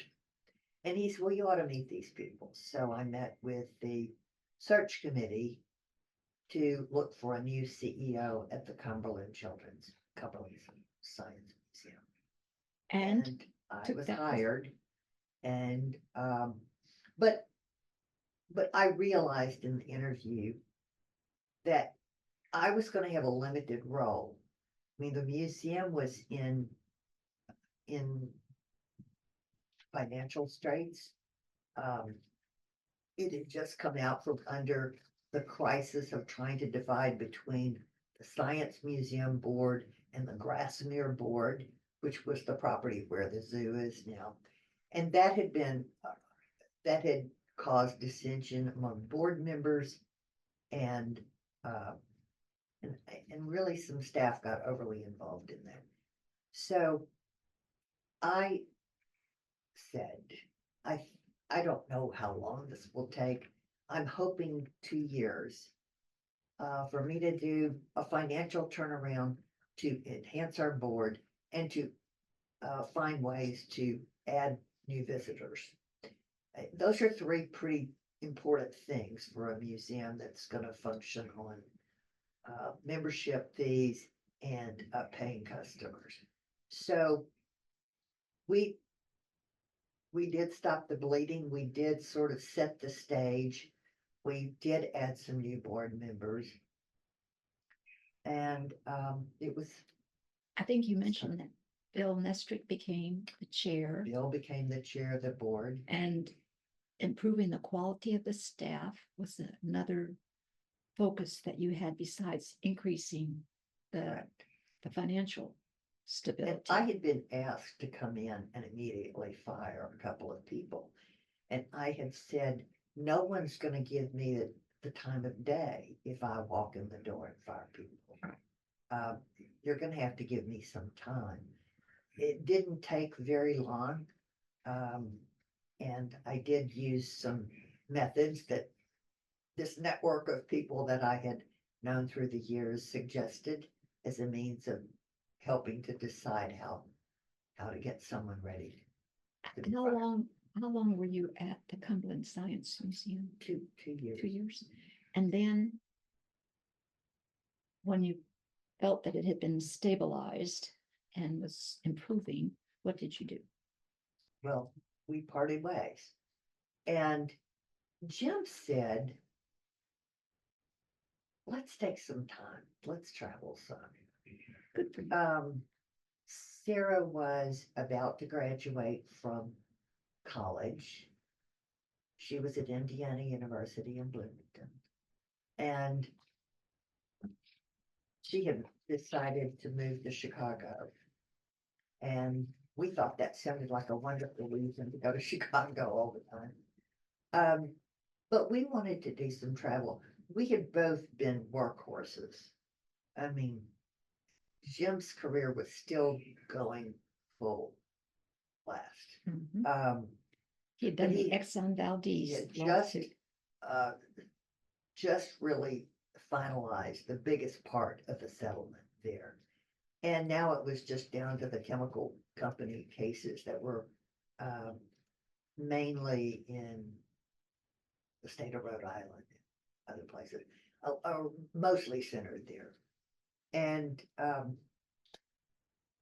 it just seemed the right time, and boy, am I glad we did. Never been more glad. It's not the easiest thing to do. When you've been a hard charger, You're right. it's unsettling to wake up one morning and think, I don't have to go anywhere by 7:30. And you did travel for a year or two? Yeah. Where did you all go? Well, we made a lot of domestic trips because Jim's comfort zone is to not ever be very far from home. But we went to London, we went to Paris. We went on a wonderful excursion with the International Academy of Trial Lawyers to really to the countries of Croatia, Hungary, Czechoslovakia. I'd go on that trip again. It was a fascinating way to see that part of the world. Poland. I fell in love with Poland. That is a place I haven't been. I highly recommend it. So you traveled for a few years. You said that Jim was starting to slow down, which is hard to imagine, but you couldn't stay still. So what did you do? Are we talking about teaching? Yes. Okay. Actually, go back. In 2006. Okay. Yes. 2005. After the crisis in the legislature, the legislature had created an ethics commission. And I don't remember talking to one single person about this, but I had a call from the speaker's office. Speaker Nafee was still speaker, and I went in to talk to him and to other members of the leadership. And I agreed to be the Democratic House representative on the State Ethics Commission. And one of my professors from Vanderbilt had been appointed by Lieutenant Governor. no, Don Hall was appointed by the governor. Okay. My guess was Bredesen. Yes. Yes. And then fabulous guy named Larry Brown, who had been a great basketball player, was working with FedEx. He was appointed by the Democratic Senate. And oh shoot, another wonderful guy, former senator from Greenville. I should have practiced all these names before I came here. Wonderful guy. He was on there for the Republicans. Anyway, but a lawyer that I had never worked with in any capacity was the Republican House lawyer on there, and it was Linda Knight. And I said to Jim, oh, Linda Knight is such a perfectionist. And he said, say no more. He said, you get to know her and you get to know her really well. And it was another bit of very wise advice. First of all, we're still great friends. But she was an extraordinary asset to that commission. Uh, we always trade these things when we see each other. Oh, I learned so much from you. Oh, I learned so much more from you, that kind of thing. It was a good working relationship. It's good. Because of that, Joe Loser, who was still the dean at the National School of Law, asked me if I would consider teaching and take the National School of Law calls their class legal ethics. Laura Chastain had been teaching it for many years, I think, and had decided that she was going to move to Kentucky. So although there's very little relationship between the State Creative Ethics Commission and teaching legal ethics, I had some books and I put some things together for a syllabus and was waiting for some approval on it. And two things happened. Laura decided not to move to Kentucky. And we got the news that Jim was going to have to undergo treatments for cancer. And this is one of the times that I felt like I had grown up. I did not try to make it all work. I told Dean Loser, who was a good personal friend of Jim's, that I thought we were going to get past this, but that I needed to be there. I needed to be available to be his advocate, his support, his partner, everything. And from the time of the diagnosis until Jim's death was only 10 months, but we packed a lot into that 10 months. He had finished treatments and we had a wonderful May through Labor Day period of time where we traveled again and just enjoyed each other. During that time, of course, you weren't going to be working. No, but when it looked like Jim was having an up, he said, go ahead and tell Joe you'll teach this term. Okay. So I had, and I was due to start in, I think it was the first week of November. You remember the school used to have those staggered terms. And I was due to start the second week of November. And Jim died in late October of that year. Not unexpectedly, but it's never expected. Right. It was a shock. He was in the hospital for a treatment that was supposed to have him home and watching football. That was what he was looking forward to. So, in all of the immediate things that one must do, not just to have any funeral, but to have a funeral of a man with his reputation, background, and his stature. And yes. So those first, that was a lot. A lot which keeps you distracted. And somewhere along the way, I failed to say anything to Joe. And so he came through the visitation line and leaned over and said, I'm expecting you on Thursday night. Following week. And I still have the legal pad from that night. My class was to start at 8:20, and it did. And I wrote on the legal pad while I waited for the class to come in, what in the hell am I doing here? Not quite 2 weeks away. I hope the students enjoyed those series of classes because it was an enormous help to me to get reoriented. Something to distract you from what it was. You couldn't not take care of the other things, but it was something I could focus on, try to try to improve every time I was in front of the class. And I'm still teaching. You are. Did you start when Dean Loser said, I'm looking for you next Thursday? Did you start in on legal ethics? No, he, Joe expected teachers to be prepared to move fast.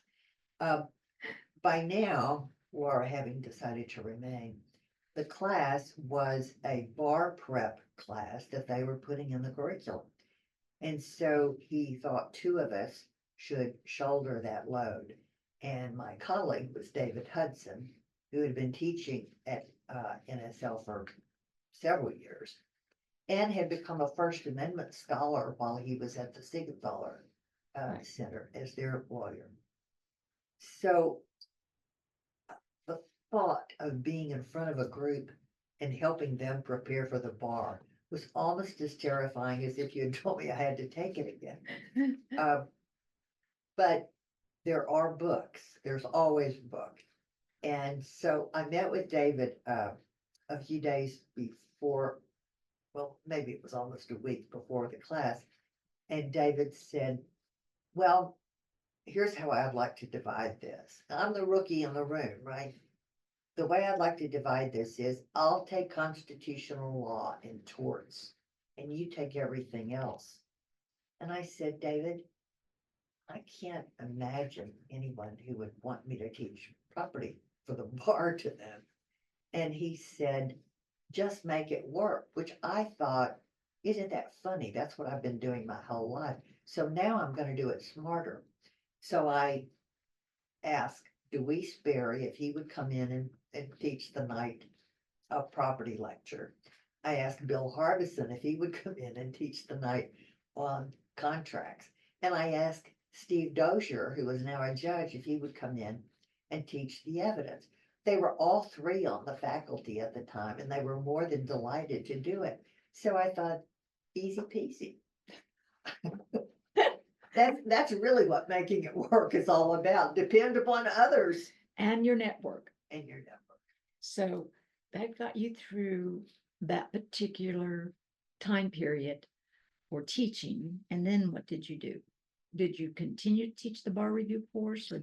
No, Dean, we taught that course for a year and a half. Okay. And Dean Loser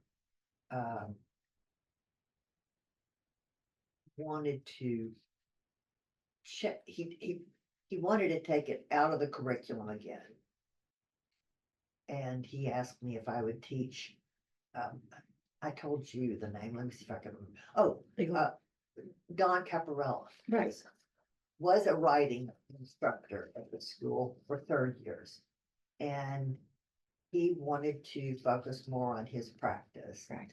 And so Joe said, you know, because if you were going to teach there doing anything, you had to submit a writing sample. And he said, why don't you come in and be our second writing teacher? You and David already know each other. And so I've been teaching advanced legal writing is what it was called, to third year students there for now. This will be the start of my 15th year. 15 years? Mhm. And how have you found that experience? Very satisfying first, challenging. You can't teach any aspect of the law without learning more about the law. And so I am grateful for that aspect of it every day. I think it would be easy if you sort of semi-retire from the practice of law to never read another case unless it was of some personal importance to you. But this, you can't get by without staying abreast of the law. And you met a lot of students Yes. as they went through and went And out. are now out practicing.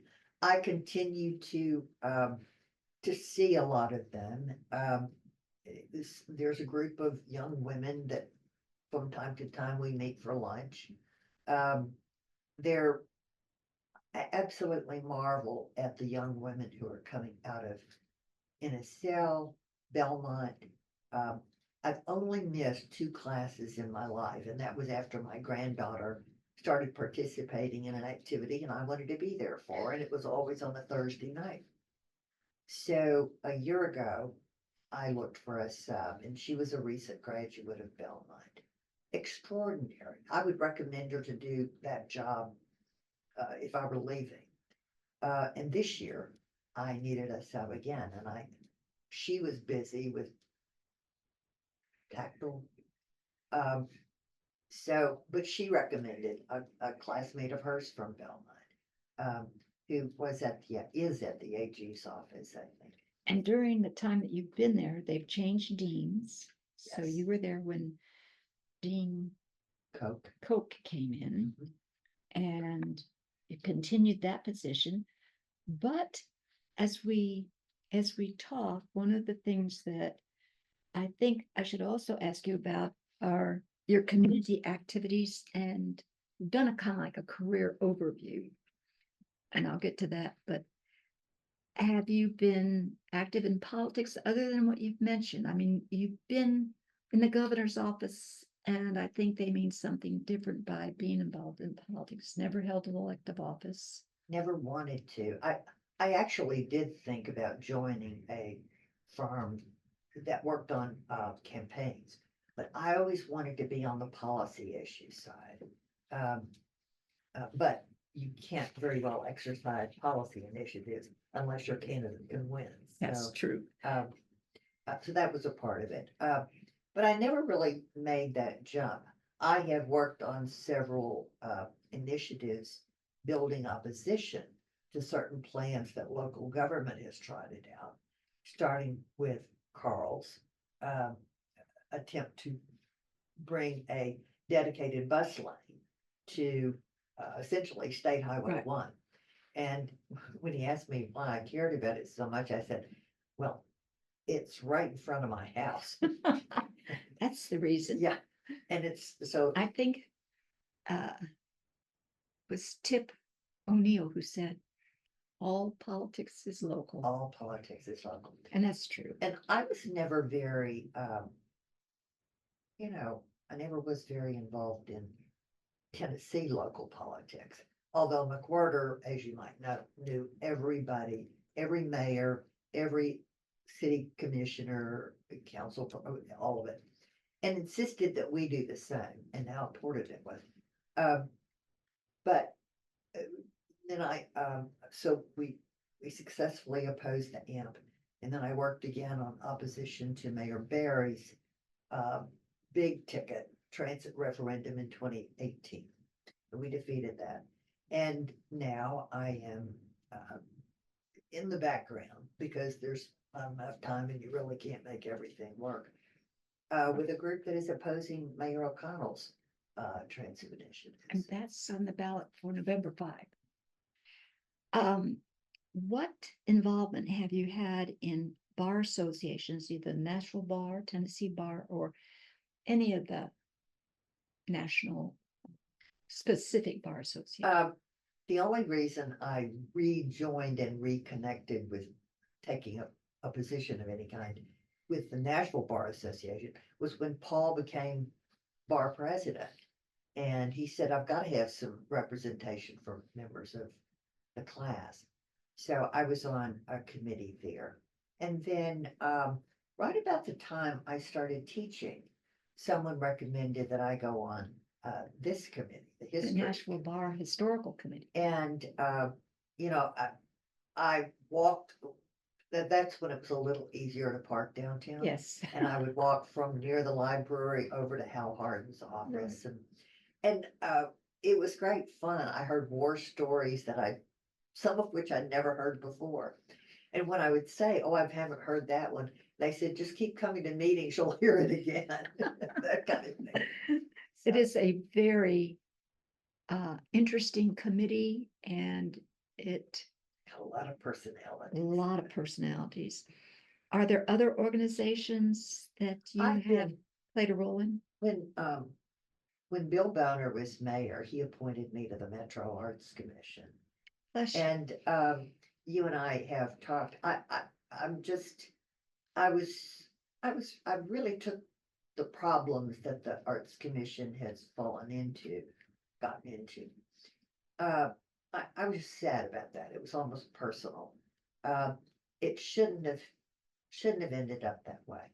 But, you know, for me, the story of the Arts Commission ending up like that is the story of making those incremental, not good moves in leadership, maybe not good moves in the board representation. I don't know. But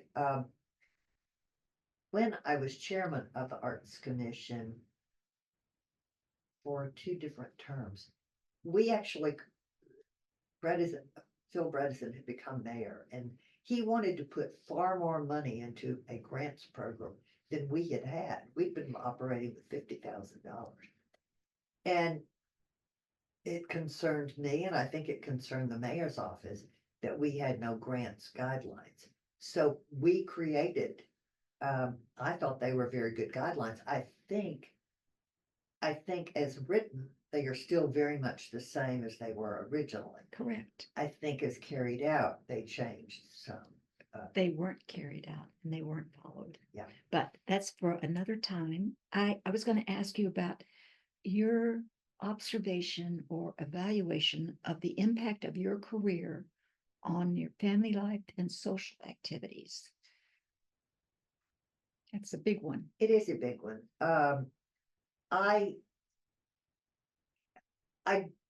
I can't tell you how I decided to divide my attentions. I know I felt like Sarah Cooper was the most important person in my life from the moment she was born until, Amen.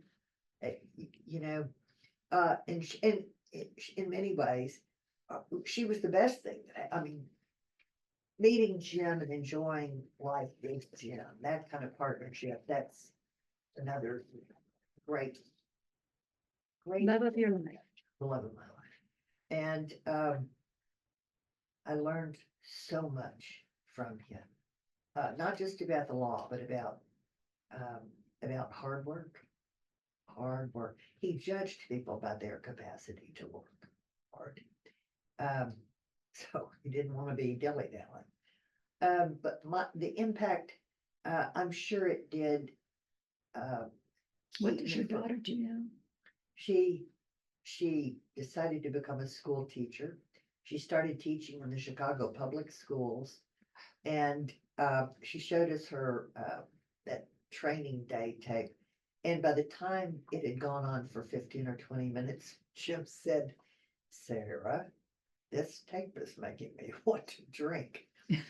But it's the constant turmoil in a I think she was teaching 2nd grade. Constant. They don't sit still. They've constantly got their hands up. How you teach in that kind of class. But it takes a special person. But in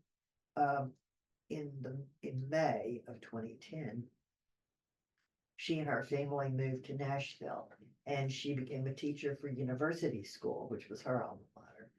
And then when her children were ready to go, she became a teacher at Oak Hill School. And now she is the director of admissions at Oak Hill School. So I never thought she would get out of the classroom, but she did.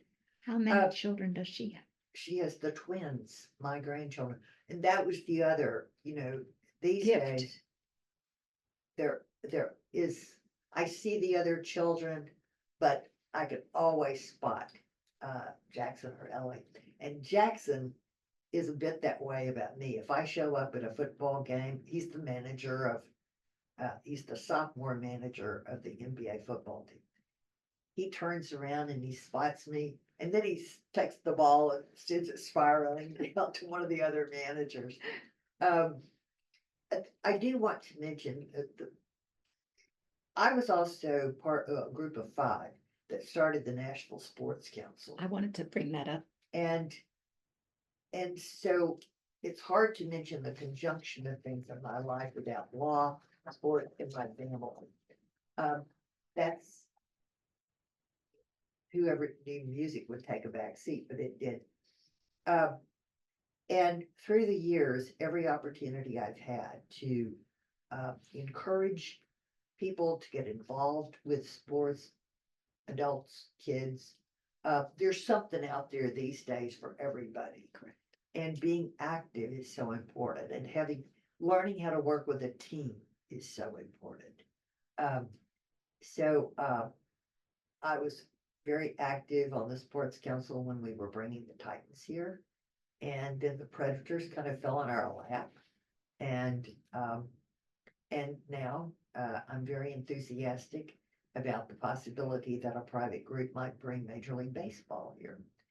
Watching the playoffs on TV, maybe that is going to be America's game. But My husband never misses if he's near a TV, he is watching baseball, he's watching basketball, he's watching football.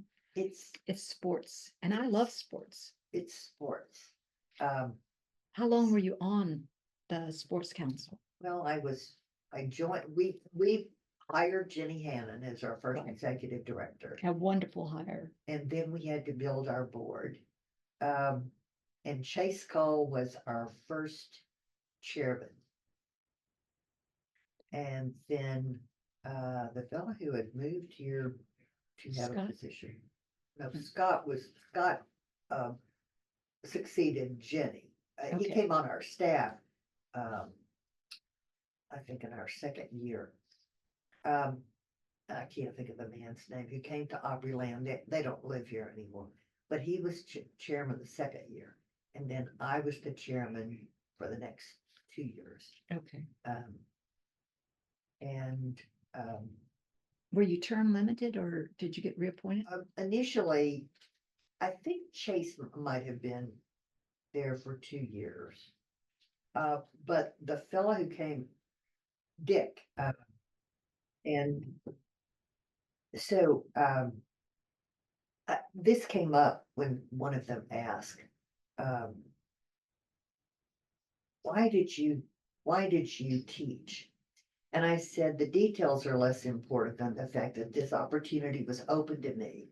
And it was at a time in my life where I thought that would be a good way to keep the pencil going. Right. And still give myself an opening if I wanted to go back and mediate or do some other form of practice. But I said, now it's become what I do. And I said, this is what I want to tell you about the law. It can feed your family. It can allow you to participate in a position that's generally still well respected. The practice itself can be satisfying if you start thinking now, how are you going to get business? If you don't think that now, it's going to be a rude awakening. And then I said, the thing I would have to tell you is it can become a very comfortable environment, but if you're going to deal with it seriously, you're always going to have to be willing to work on it. Very challenging. And do you give them your motto, make it work? I have done that, but I'll tell you this little anecdote before we close. I had occasion to tell them about what I had said actually to a class several years ago, using a football metaphor, that law is a lot like the game of football.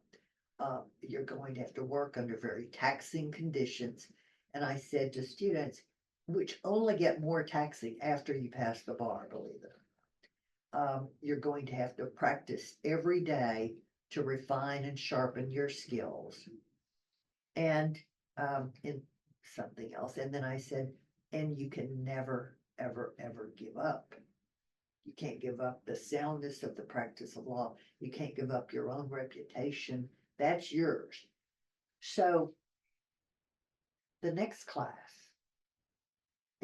as I walked in, there was this beautifully potted set of succulents. And at first I thought, oh, that must have been left here. And then I noticed there was a little lined, those little flip notebook pads about that big. And it was from one of the shyer women in the class. I can say this. So she wrote, "Dear Mrs. Neal, this plant never gives up. You have given me the courage to know that I too can be a good lawyer. And she said, I'm willing to work and I'm never gonna give up. So, Your message has been delivered. yeah, I'm so sorry about breaking up. No, I'm not. I think we're gonna say, thank you, Dianne Neal, for a wonderful oral history. Thank you. Thank you.